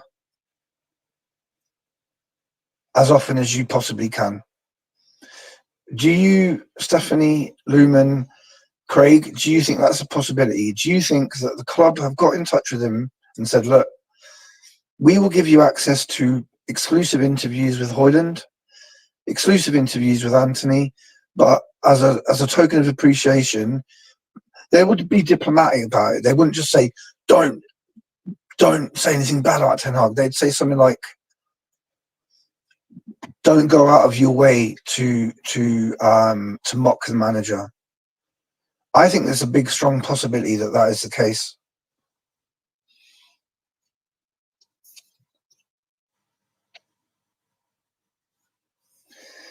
Craig says, I do think he is a mouthpiece for the club. Yeah. See, Craig, you and me are similar. We know we're similar because we know that there's a hidden hand that controls what's going on, and football will be no different. Football will be no different for the simple fact that billions are made from football. So therefore, the same millionaires and billionaires who control the world also control football, and they're all connected and they all know each other. So that's why this could be a possibility. Lumen says, like Arsenal did with AFTV. Very good point, Lumen. So with Arsenal Fan TV, what it looks like is they made their fame from the Wenger out movement. They weren't doing very well. You would get the fan cams of, get this man out, blah, blah, blah. Rival fans love it.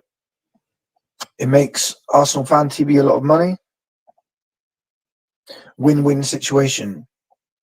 Even when you're losing, you're still winning because you're getting those super chats from fans who want to complain about the manager. You're getting super chats from rivals who want to mock Arsenal. So even if Arsenal were losing, it's a win-win for Arsenal Fan TV. What do you think in the chat about Ty from Arsenal Fan TV? Here's here is a premise for you. Tell me if you agree or not. Ty from Arsenal Fan TV is exploited as a source of money because of his eccentricity.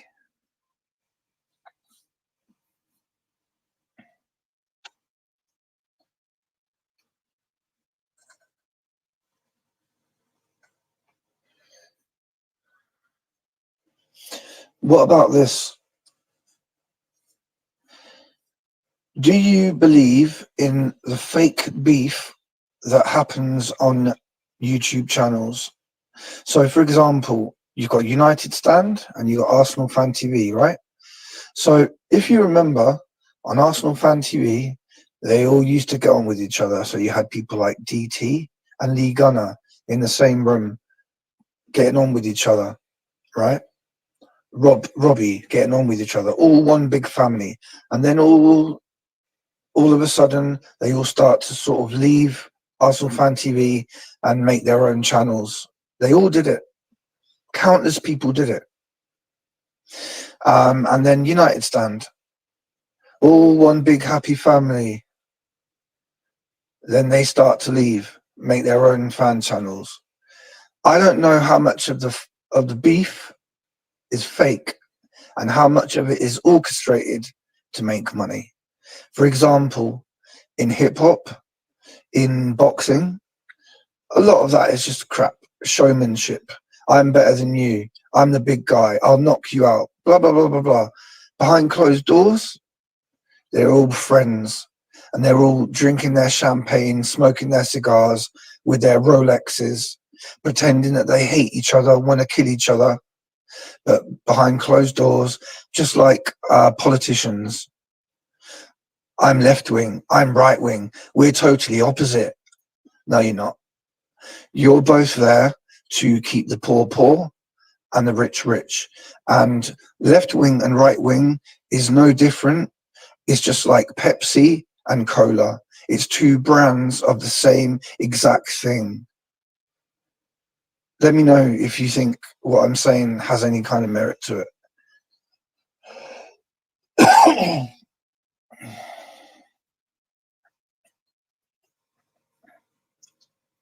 This is fate. This conversation is fate. And this kind of conversation doesn't happen on most channels. You know that, right?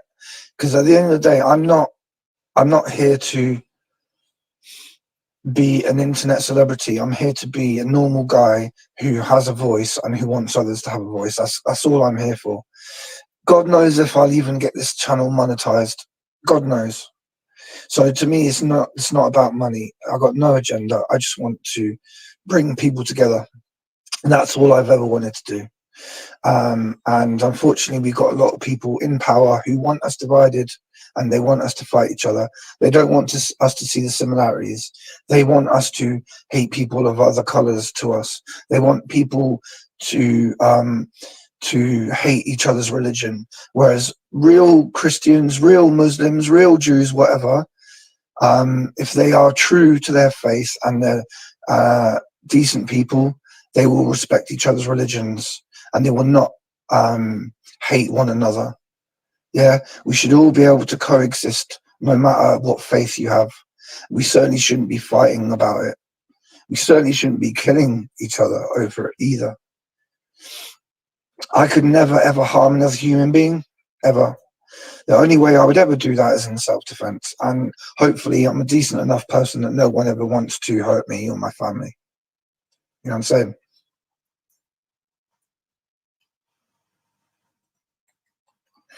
Lumen, I'll never change, brother. If you knew my life, you would know I'd never changed, man. I've been on social media for 5 years in different sort of platforms. I've always spoken the truth, and people have hated me for it. People have pretended to be my friend and the friend of my family, only to try to stab me in the back and cancel me, discredit me. It's happened recently as well. I've got 5,000 followers on Twitter, right? Before that, I was at 1,000 on one account, and a group of people tried to cancel me and pretend that I was a liar. And why? Because I speak the truth and I've got no agenda and I don't care about money. That's why I'm a threat to this world, mate.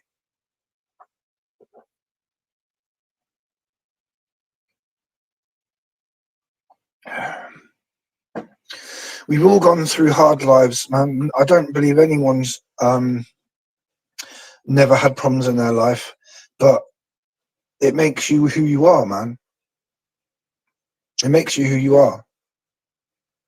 And I think that everything happens to us for a reason. You just got to understand that even if it's bad, it makes you stronger. It makes you wiser. It makes you teach your family and your friends and your children and whoever it might be. Look, got one life. Be good to each other. Treat each other with respect. Educate each other. One thing about me, if I don't know something, I shut up. I do not speak about it, and I'll just use my ears. We have 2 ears for listening. I use my ears. If I don't know something, I'll listen. But if you hear me talk and I say something, it's because I've researched it and I know it to be a fact. However, if new information comes to light, I'll change my mind. And that, to me, is intelligence. Something new comes along, you think, oh, never thought about it that way. Oh, yeah, that makes sense. Change your mind. But a lot of YouTube creators will never change their mind. Do you know why? Because they're scared to look stupid and foolish. Oh, but you said this 2 years ago. So they have to stick to their guns no matter how ridiculous their thought pattern was. And you can see evidence of that everywhere you go, man.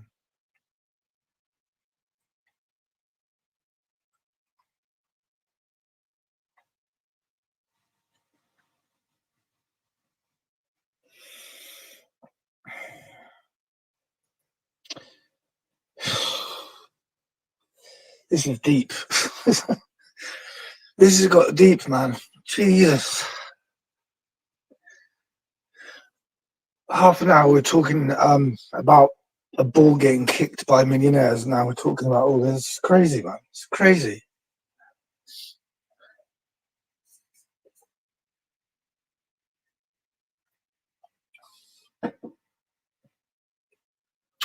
But yeah, in case people didn't know,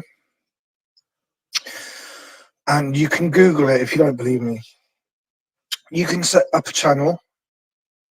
You could do it right now. You could set up a YouTube channel and you could buy yourself subscribers. You could buy yourself likes. So it looks like you're already a popular channel. And because you're a channel with 10,000 subs, 50,000 subs, whatever, you then get more because people are like, well, it must be good if all these people are listening to him, he must be good. They don't have a second thought as to whether it's real or not. And think about this. What if there's YouTube creators who work for the police, who work for the government and are given money to set up their channel and then have agendas? When there were riots and protests about the Glazers, how do we not know that that was not orchestrated? How do you know that? You don't know. Never use violence as a way to protest. That's my golden rule. You don't agree with the Glazers? Fine. There are a million ways that you can protest without using violence. I'm totally against going into a stadium, scaring people, setting things on fire, vandalizing things. I am totally against that. How do we not know that all that was not orchestrated in a way so that one day in the future they can just impose some kind of law where you can't have a protest anymore? You don't know. You do not know, man. And like I said, there's a million ways that you can protest without harming the hair on anyone's body, man. It's like these riots, these so-called riots that have been happening in England, right? They go to these riots and protest saying, we'll save our kids, save our kids. How is burning tires, setting hotels on fire, saving our kids? Explain that to me. Because to me, what you're doing is you're scaring kids by doing that. You're making kids think that they can't even go out onto their street because someone might burn a car down, someone might smash a building, someone might cause a riot where people get hurt. How is that saving our kids? Again, if you want to protest, you do it peacefully. There's no need to cause violence and criminal damage and put people in a scared mental state.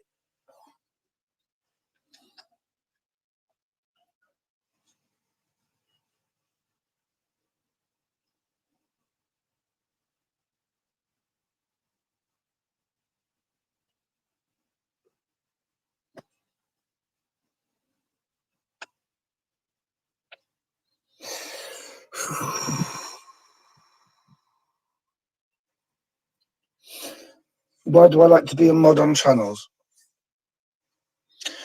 Because I like to, various reasons. I like to be able to put my opinion across. And let's be honest, if your name is in blue, it stands out more. That's one thing. Secondly, if I go into a small channel like Red's Talk TV, I want to help them. I only found their channel recently, in the last couple of weeks. I've been there every day. Why? Because they seem like normal guys. They seem like normal guys. So I wanted to help them. And all these people, they're always welcome to come and talk to me. I will talk to them, but whether they want to do that or not is a different thing. But yeah, I want to support people who I think are doing a good thing. I can't offer them money, unfortunately. I'm not going to be one to send £100 super chat to any of these channels. It's not going to happen. My money goes to my family. They're the most important thing. Football is just a hobby. You see what I'm saying? It's just a hobby, man. Mark, my G. Here's another guy that I support big time. Because this guy, I can tell he's a normal guy. He's got a good disposition about him. He smiles. He listens. He interacts. He hasn't got a massive fucking ego like some have. So this is why I support this brother. This is why I support this brother. And Mark is welcome to come on this panel whenever he wants. And I tried to go on your panel, Mark, a couple of weeks ago. I couldn't do it. I got on there and then everyone's voices started going distorted and I couldn't hear. So there was no point in me carrying on. Because otherwise I'd love to have a chat with you, my brother. Because I feel that you're a good person, man. And hopefully I've helped you get a few more subs along the way while I've known you, brother.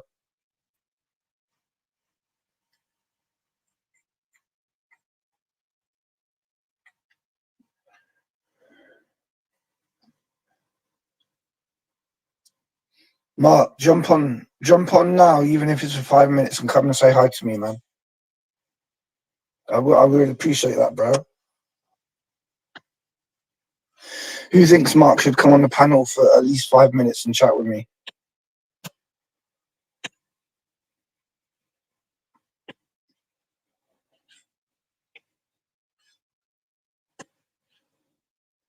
Where is it?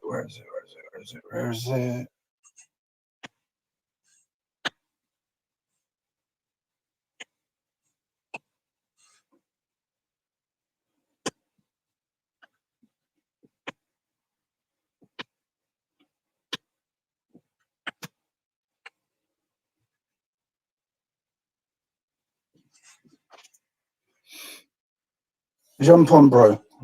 Jump on, man. I'd love to chat with you. Like I said, even if you can only spare 5 minutes, it's not a problem, bro. It's not a problem.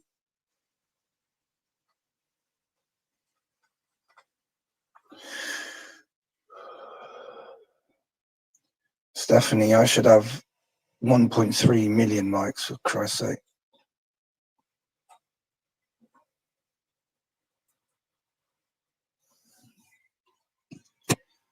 Tell Mark not to sell me Eric Ten Hag for his 5-minute cameo. The thing about Mark is he's been loyal, but I reckon he'll be like everyone else. If the results don't start turning, he'll understand that change needs to be made. I'm sure of it.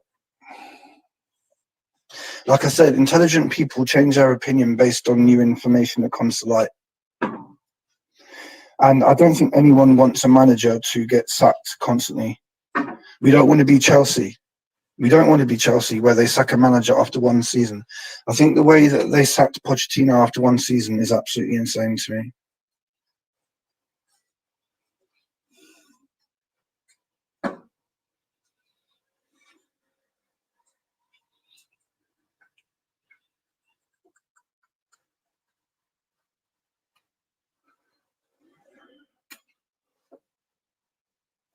Here we go. Yo, bro, what's good? You can hear me, right?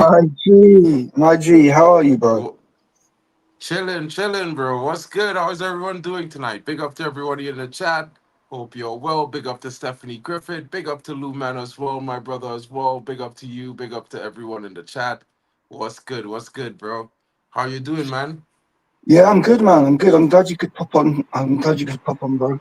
I've wanted to chat with you for quite a while now. So I like I said, I appreciate how you are being about the manager, because I think that shows that it's very easy for everyone to say Ten Hag out, Ten Hag. That's the easiest thing in the world to do. Is following the trends, right? And it probably makes you more subscribers if you do it. So I appreciate that you've got that stance. But like I was just saying, I reckon if things don't change, that you will change your mind. You know, it's only Well, I natural, mean, right? it's only natural, bro. Like I feel like right now, my understanding of the situation from what years of watching football, I would say, bro. Honestly, I'm giving the man the opportunity because one, he hasn't got players in the profile that suit his system until like this summer. Really, in the sense of let's say 5 to 7 players in the starting lineup could be play all familiar and able and capable to play that attacking, expansive type of football he want to play. So I say until those players play at least 3 or 5 games consistently, I can't really judge the manager performance. You know what I mean? Because really and truly, he could work with what he have. What we know first and foremost, what he had before. We know what they was capable of before he came here with Ralph Ragnick and with Mm. Ollie in that last season. So, in my honest opinion, I just feel like it's one of those things where, we had to look at it from our perspective. We are Manchester United, but we haven't really been that Manchester United for the better part of a decade. So, it's going to take some time for us to get back where we want to be. Do you think that there is a possibility that there are some players who do not like Ten Hag as a person, do not like his tactics, and do you think that eventually that will be Ten Hag's downfall? Yeah, I know. I think yeah, it have some players that may not like it, like some of his tactics because it expects a lot of them and it exposes some of them their deficiencies and limitations. Now, while I think it will be his undoing, I actually not too sure about that one because from the way I look at things right now is a lot differently from last season in the sense that this new structure strikes me as the people that will empower the manager to do his job properly. And when I say empower the manager, I feel like last season, I feel it had some players who had difficult contracts or maybe possibly even game time management in their contracts, and he could not get around those things, which means we had to see those players start some games when they were fit in order to keep everything copacetic or kosher, as to say. So I feel like this season he might be allowed to drop players. The structure will be willing to take the hit to let him get the best out of the team, no matter who it is, end up in his final starting 11 or the best starting 11 that we would have this season. And the reason why I say that is because, I mean, he did keep Rashford on for 90 minutes, but Rashford got subbed after 45 minutes, you know what I mean, in the first game, in the second game. So I think it's something that, in all honesty, that maybe he could change. Maybe he needs to. Maybe he might realize, well, I can't depend on some of these guys. I'll have to go to some of the youngsters, go to focus on some of the new players. Because let's be honest, I don't think Anthony has a problem with Ten Hag. They might have had a little squibble because he didn't really want to have to play left wing back. and he might be wanting more game time. But let's be honest, he hasn't performed well. He came out and said that before the season began, that he's going to be working harder. He's going to be trying to work on his weaknesses, which is his right foot. He's trying to put in more crosses, take on more defenders. So while he says he wants more game time, I think that's honest and fair for him to say. But I don't think that means he has a problem with Ten Hag. I think a lot of people have been, when they hear a player says he want more game time, they think the manager has a problem. I think that's just the player showing his ambition to perform, in my honest opinion. Like, I don't think Ericsson might be fit to play every single game as a starter, but I think he has his role in the squad in some games coming up. And when Ericsson says he wants more game time, I think that's something you would want to hear as a fan, because it means that this player will be trying to push to get into the team. Anthony, like I said earlier, I'm not going to judge him on last year because last year he had personal off-field problems. So I'm not going to judge the human being when they're going through crisis in their life. The first season, he showed me glimpses of what he can do. He can score important goals like he did against Barcelona and Man City, right? So what I would like to see Ten Hag do, and I'm not sure it's going to happen because Anthony only plays on the right wing, is get some minutes. Now, whether that be against a Barnsley or Europa League, he's got to do it. Playing Anthony for 2 minutes in a game when the game is over is an insult, bro. It is, bro. It's an insult, man. To a professional player. To be fair, bro, I'll be honest to this. Like, I would agree is sort of that, but when I say this, when I say this, don't get me wrong. I feel like whenever a player get called upon, especially when you're not a part of the starting 11, whether it's 5, 20, 15, 6 minutes, come on and do your part, bro. Even if it's just to run up and down 10 times, you know what I mean? Like, all that is part of the game. And while we would look at it as a fan, you would look at it like this, not really giving this player a chance. If Anthony started this season unfit, and he had an injury to his left hand as well. So he had multiple injuries. So I don't think, I think keeping him back will also create a frustration in him that might make him perform better. I think maybe benching Rashford for a couple of games might bring that drive to do better in the minutes that he will get. So in a way, for me, I don't really look at it like as a disrespect. I mean, he's not Cristiano Ronaldo. Let's be honest. He's not Messi. You know, what I mean, he might could get there in the next 2 or 3 years. You never know what could happen with a player. They could just do this. You know, he does have a lot of talent. He just hasn't really put the output and the talent together yet. So I just look at it from the perspective that it's just part and parcel with the game, as weird as it seems and as bad as it might look. That's just how it is for some guys when you're not in the starting 11, if you know what I mean. What I want to get back to, Mark, is I want to get back to a situation at Man United where there's less drama about players. I'm so sick of the drama of every player. Like, obviously, you got the Greenwood thing, the Sancho thing, the Rashford thing, now the Anthony thing. I'm so sick and tired of it, bro. If you remember back in the day under Sir Alex, yeah, now and then you get something like Beckham, the boot incident, Sir Alex and the boot incident, right? But they were far and few between. At the moment, there's drama about our players nearly every week, and it's just so draining. So when Sancho did go, I am relieved that we don't have that. When Ronaldo went, I was relieved. Can you remember all the drama of when he used to walk off after getting subbed down the tunnel and memes getting done? It was just so draining. I don't want that. I do not want that. I don't watch football for all this drama and stress, bro. What about you? I don't want no more drama, bro. I feel like I rather listen, I'm a really patient person, to be honest, right? I feel like I would take the players on a I would take the youths, bro, for 2 seasons and finish sixth for 2 seasons, bro, to avoid dealing with the headache of some of these players giving us right now. You know what I mean?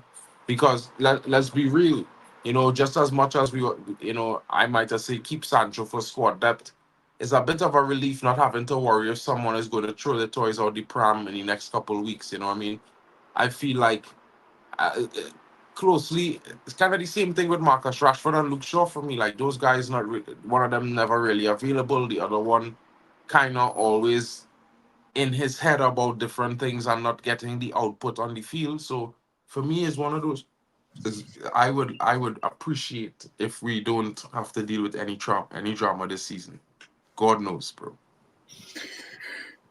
Do you think that in the last, 10 years, because of Glazers and the wages that they put these players on, like, for example, 200, 300,000, I personally think that that is affecting these players in a negative way. I personally think that they are happy to not perform, not get picked, because it doesn't matter. They're still picking up that 300 grand. You see what I'm saying? So where's the hunger come from, bro? Where's the hunger come from for some people? I mean, to be fair, to be honest about that situation, it's a give and take, bro, with that, right? Because okay, it might have the odd player that it would have one or two players that probably will drop form and do these kinds of things. But if we realistically look at it, right, in my opinion, like there are some players who we know by now they're inconsistent. There are some players who we know that they are more consistent and they do well.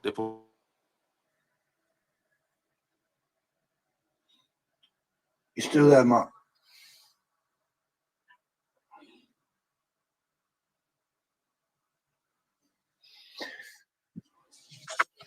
FBI is messing with Mark's connection. This is what happens when great minds get together. The FBI and the CIA, they don't want it to happen. Mark, let me know when you're back, bro, because you're just frozen. Who was that just came in? Alex, where's he gone? Alexander. Big up, bro. Big up. Hope you well.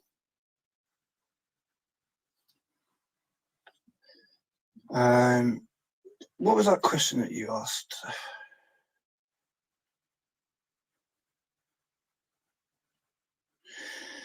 I'll answer this until Mark's back.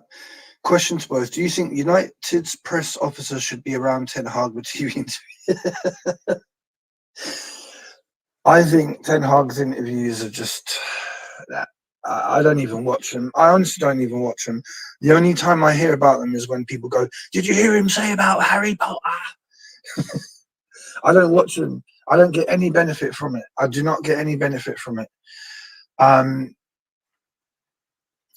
There's obviously a language barrier, right? Obviously, he can speak English. Of course he can. Otherwise, you wouldn't be able to survive. But it's the nuances. It's the feeling behind the language. Ten Hag doesn't have that feeling behind the language. At the end of the day, put it this way, right? I feel sorry for him. As a fellow human being, I feel sorry for him. He's under massive scrutiny. Is he capable of doing the job? I don't know. Time will tell.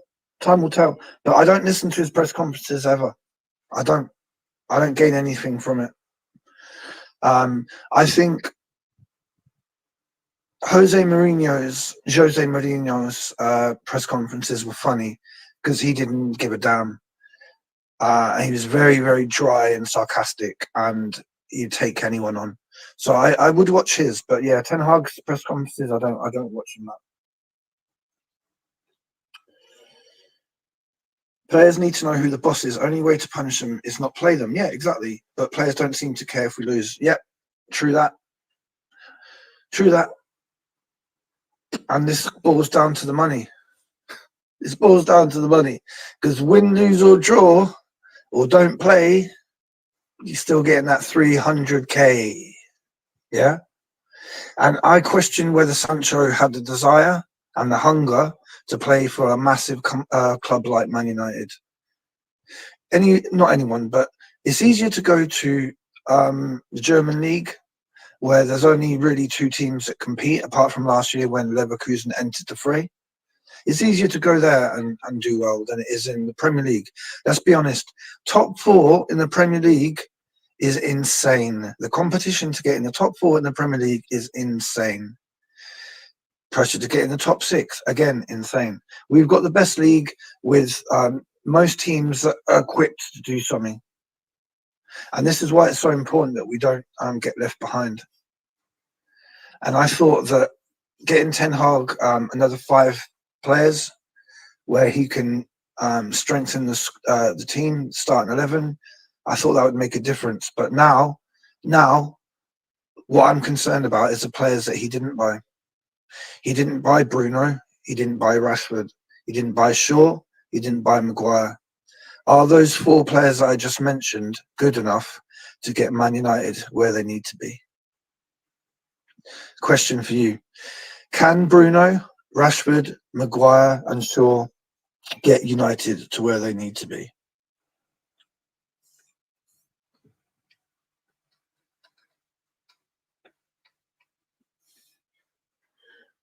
Pitch Invaders, big up, man. How you doing, bro?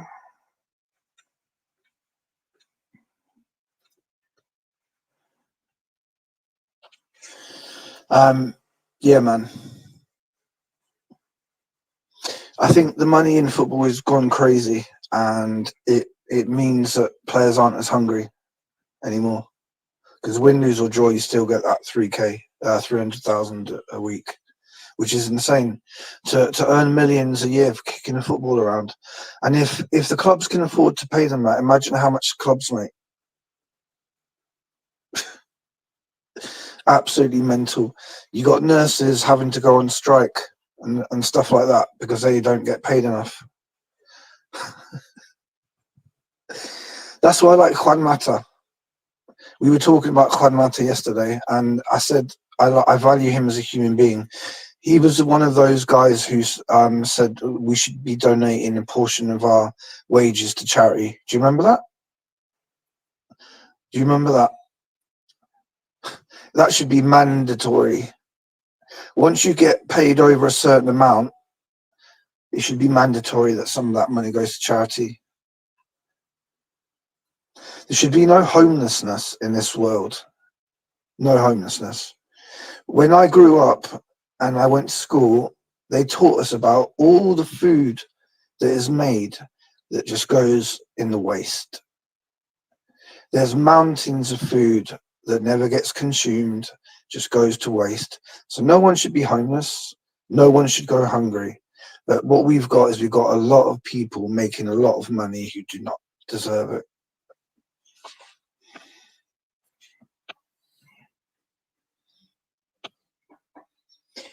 Lumen, which comment?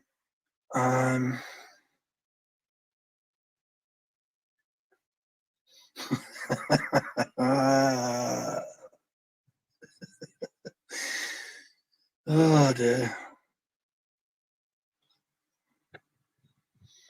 Lumen, which question, bro? You put a lot of stuff in there, man.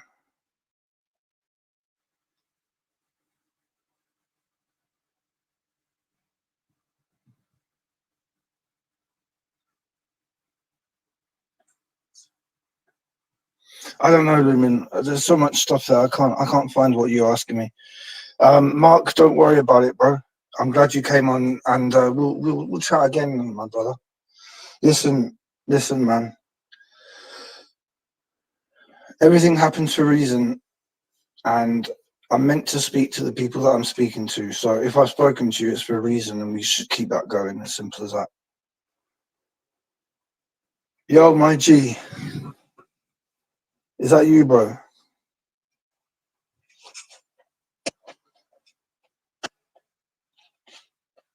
I need to make some of you mods, man. One sec.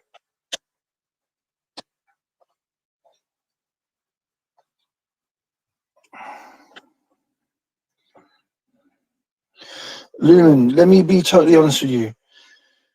If you keep behaving like you have been recently, I'm more than happy to give you a mod, but you got to give me time, man, to have trust in you, bro, because you got to understand you've been a bit crazy with me in the past. But right, here's a mod for my brother here.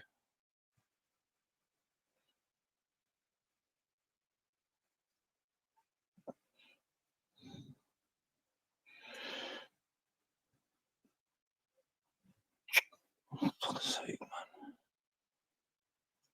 man. Here's one for Mark.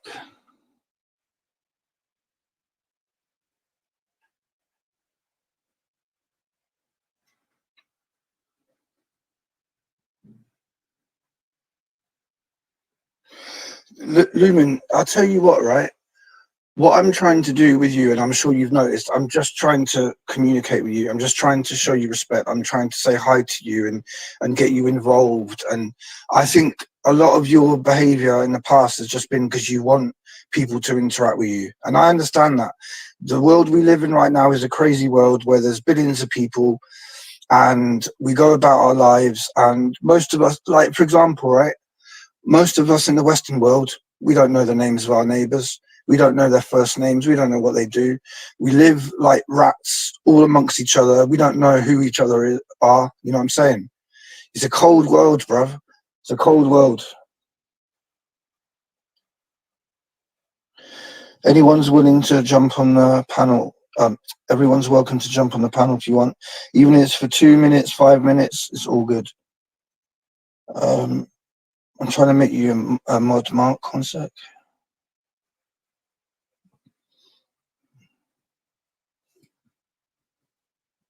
There we go.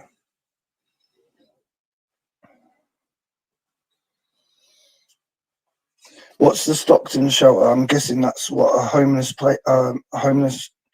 a shelter for homeless people where they can go and get food and stuff like that, right?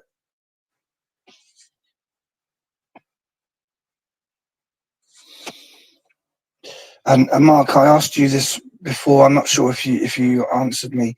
So obviously you're from the Caribbean. You're from Trinidad and Tobago, home of Dwight York. Salute. But obviously you're in Germany now. So is there a particular reason? Obviously you don't have to answer it if it's too personal. But yeah, just wondering how you ended up in Germany and if you like it there. Is it a good place? Have you ever been to UK? Didn't you say that you're going to come to some Europa League games this year?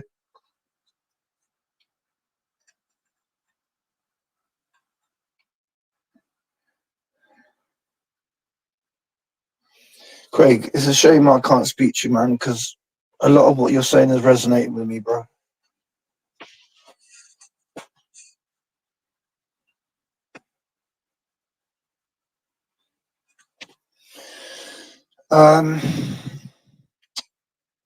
Yeah, so Craig, when I first started speaking to you, I had no idea that you're actually from the UK. I thought that because you said that you're in Cali, that you were American. So you said you were born and raised in England, but now you're in sunny California. Do you miss England in any way whatsoever?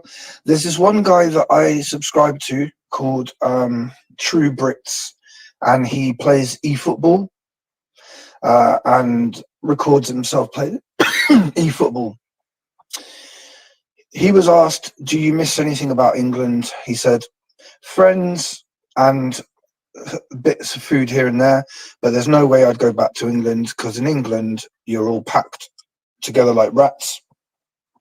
In America, we got much more space.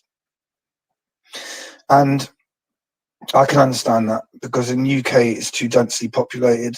Even though there's plenty of places that people could live where we all live on top of each other. Like all you got to do is look at London and all the major cities, everyone's packed together like rats. And it just makes for a cold world where no one cares about each other. They're just the hustle and bustle, bump into each other because they're looking at the phone. People wrestling to get on a bloody bus or train to work 8 hours somewhere where they don't want to work, where the person who's paying them gets paid more than they deserve and they don't pay you enough. So you can't make savings, you can't save for a holiday, you can't do this or do that. And yeah, it's sick. The Western world is sick, bro. I think when you go to so-called countries that are so-called third world countries or whatever, I can imagine that they're actually happier because they don't have to deal with the stress, this stupid, made-up, fabricated stress that we put on each other. You know what I'm saying? Everybody should have enough land to grow their veg, grow their fruit, do whatever, have space to breathe, not be on top of each other, know their neighbor, barter with their neighbor. That's what life was like, and that's what life should be like, but it isn't now. because everyone's in the rat race. Everyone's competing with each other. Everyone wants the latest iPhone. Everyone wants to go on holiday to then take selfies and put it on Instagram and Facebook and show everyone how well off they are. It's a sick world, bro.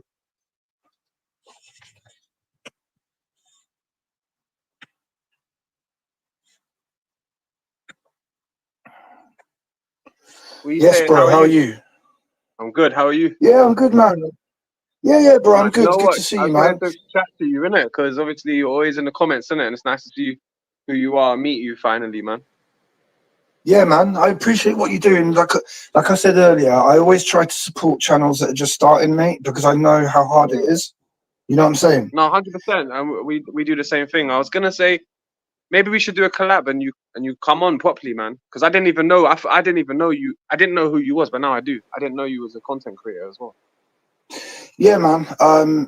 I've always been doing it in different sort of ways, but recently I've been trying to step up my game because, to be honest with you, and I'm sure it's the same for you guys, it's very frustrating hearing people say stuff that you don't agree with, and then Yeah, you 100%. can't say anything back. Do you know what I'm saying?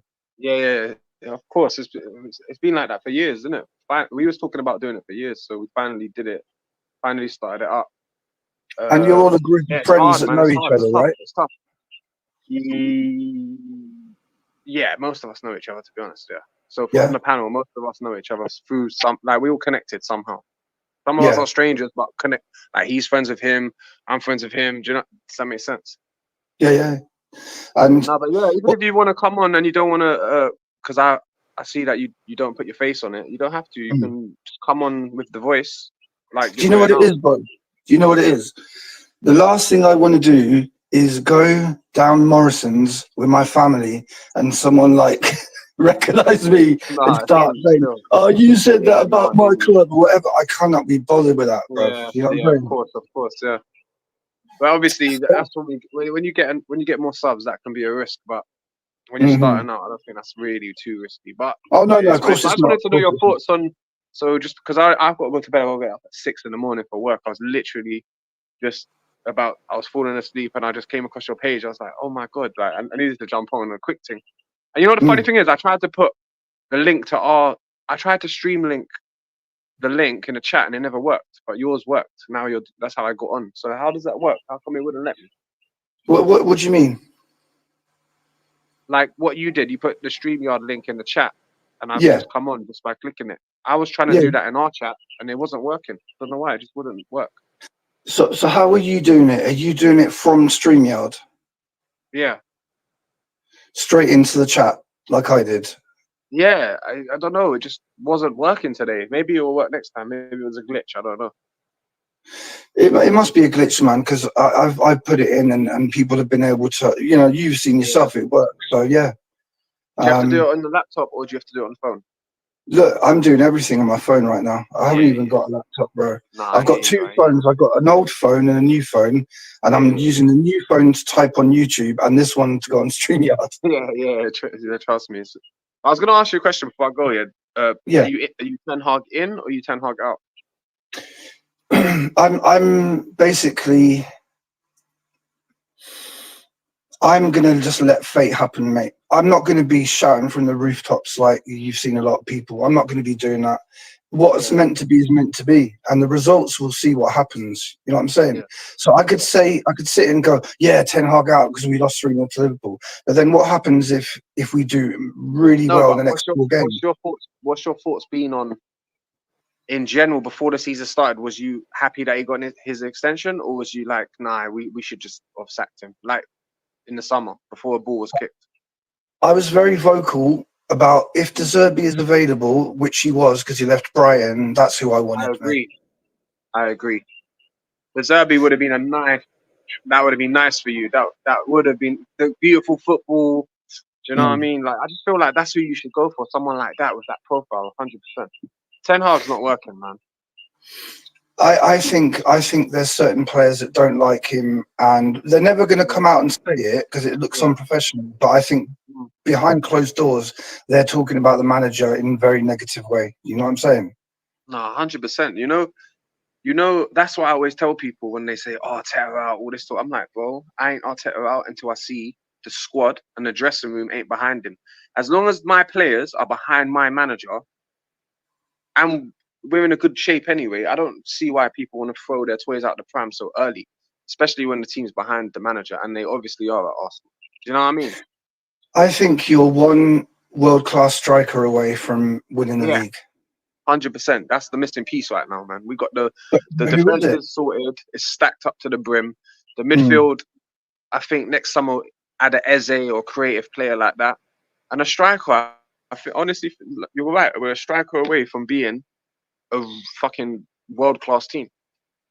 But this is the thing. This year is the worst for strikers that I've ever known. Yeah. Do you know what I'm saying? There aren't that many good ones anymore, bro. You know what? Yeah, I think Arsenal fucked up in it. There was enough strikers out there. They could have took a pun on Tony. They could have went all out for Ollie Watkins. They could have even bid 100 or plus mil for Isaac. If it gets rejected, it gets rejected. Yeah. And There's no harm Osimhen was trying, is there for there? the taking. Like there was the guy from the German league who scored 20 goals last season. There was a lot of options, but I don't know why we didn't do it. But like I've been saying, innit, if we don't win the league this season, it's because Arteta put all his faith in our Havertz up front, and it could come back to bite him if we don't win a major this year. Honestly, it could. I reckon you've got to start thinking about Europe, man. You got to put a dent in that. You've got to try to win the Champions League, 100%. mate. You've got to. 100%. You know what I'm saying? But what happens? Hey, what happens if we win this year's Champions League? That would be interesting because then Chelsea won this new format of Champions League. It's a whole new format. You know what I mean? So I would love to win it so I can rub it in the Chelsea fans' faces, man. Honestly. Chelsea fans need to worry about that bloody Serviette losing to Serviette 2-1 is embarrassing. Isn't it? Losing to Tissue FC, man. Trust me.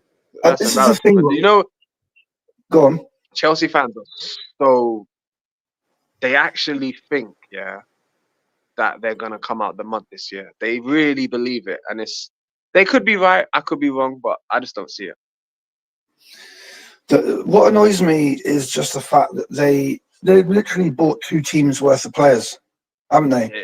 Let's be honest about it, right? And my team can't do that, and I don't think your team can do that. So it just shows you that somewhere along the line they're doing little devious things here and there to be able to do it. Surely, Fishy. It's fishy. It's definitely fishy. And I hope that they get there. I hope they get in trouble, man. I hope they get their. They need to get punished, and I hope they do soon. imagine if You can call City. that salty. No, it's not. It's realistic. You know what? Realistic. Do you know City? Yeah. All Yeah. City did, yeah, was they've lied about their revenues, yeah. And I understand that's still cheating. I understand that it's still not right, but they've lied about their revenues to spend the same amount of money as Liverpool, Arsenal, United, Chelsea. They haven't gone beyond and above. But Chelsea, on the other hand, they cheat in so many different ways, man. They've been doing it for 20 years. It's always something. They always cheat. Like Hazard was going to come to Arsenal, and then they bid for Hazard. On the same day they bid for Hazard, they sent a brown paper envelope to one of his family members, like transferred him mad money. Like these little things here are like corruption. Do you know what I mean? The biggest case that I can tell you about is when we'd signed John Obi Mikel from this small little team in Norway. He posed with the shirt. Exactly. And then a few hours later, no one knows where he is. They say he's been kidnapped, and then he gets signed for Chelsea. What the hell was that about? Yeah, that's what I mean. And also, am I wrong in saying this? Yeah, but in 2004, you wasn't allowed to talk to the player first. You had to talk to the club first. And nowadays, everyone talks to the player first before they even make an agreement with the club. Am I right or wrong in that statement? Yeah, because they used to call it tapping up, didn't they? Used to say, "Oh, he's been tapped up." Exactly. So my point is, yeah, the way the world, maybe it would have happened anyway, but you can definitely say Chelsea started that or sped it up because now it's just acceptable. Now it's not even called tapping up. Now it's the normality. Now it's normal to talk to a player first and then the club. And why? Because Chelsea are scumbags. They came They came and changed. They changed a lot about football. Do you know what I mean? They keep making us change the game, man, changing the rules. It's all Chelsea. They never stop cheating. I'm telling you this. What about the Ashley Cole thing? Do you remember that? Yeah, man. That's what I mean. That's what I'm talking about. That was one of the first tap ups you ever witnessed. And Sky Sports was like, it's tapping up. Match of the day is tapping up. No one cares no more. Now it's not tapping up. Now it's the norm. That's my point. And that's all because of Chelsea. It's because money talks, mate. Simple as that. People Yeah. are asking your channel name, mate. Do you want to put it into the chat? It's Football Locker Room Banter.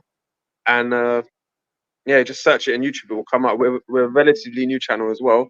But yeah, man, we should definitely do some collabs, man. You should come on. Definitely.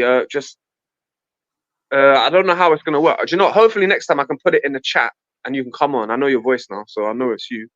Have you guys got anything on like Twitter, like a channel, an account on Twitter, or you personally, or whatever? We've got a Twitter, and we've got Instagram, and we have YouTube.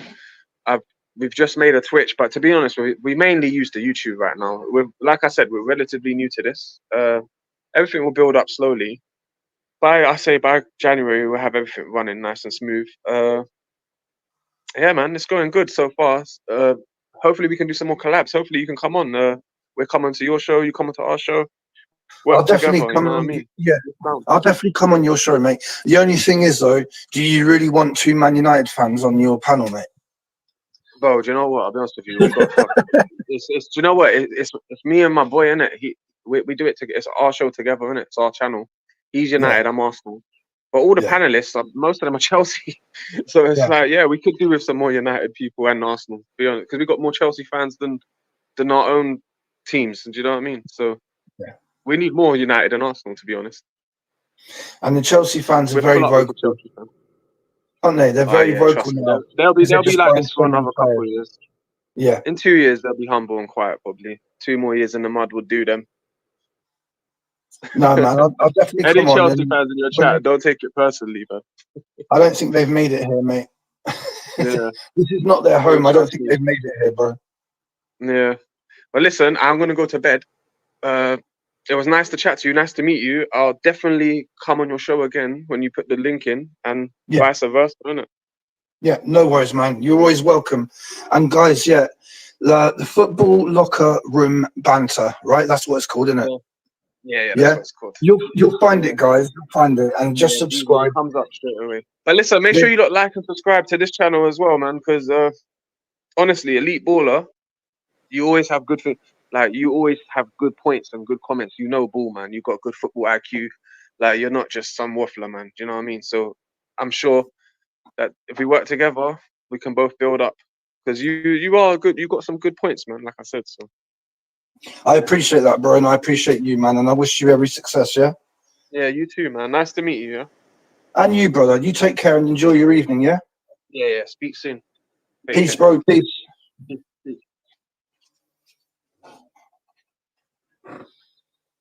There we go. That was a nice little impromptu appearance.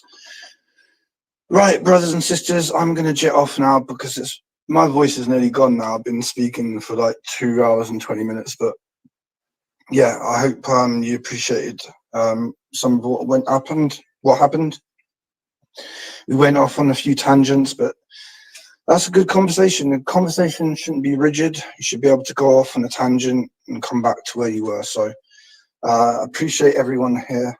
I really do.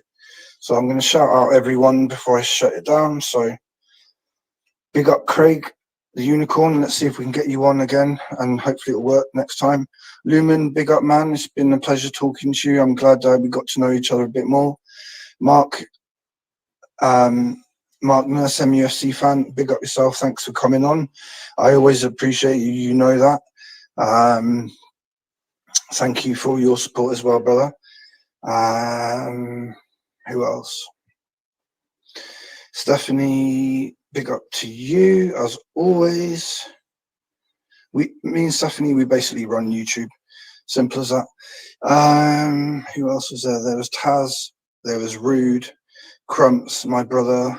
And yeah. All right, guys, I'm going to get off. Thank you for everyone's comments. I really appreciate you all. We'll do this again next week. Hopefully it won't just be me blathering on. But yeah, take care, guys. Yeah, really appreciate you all. All the best. Peace.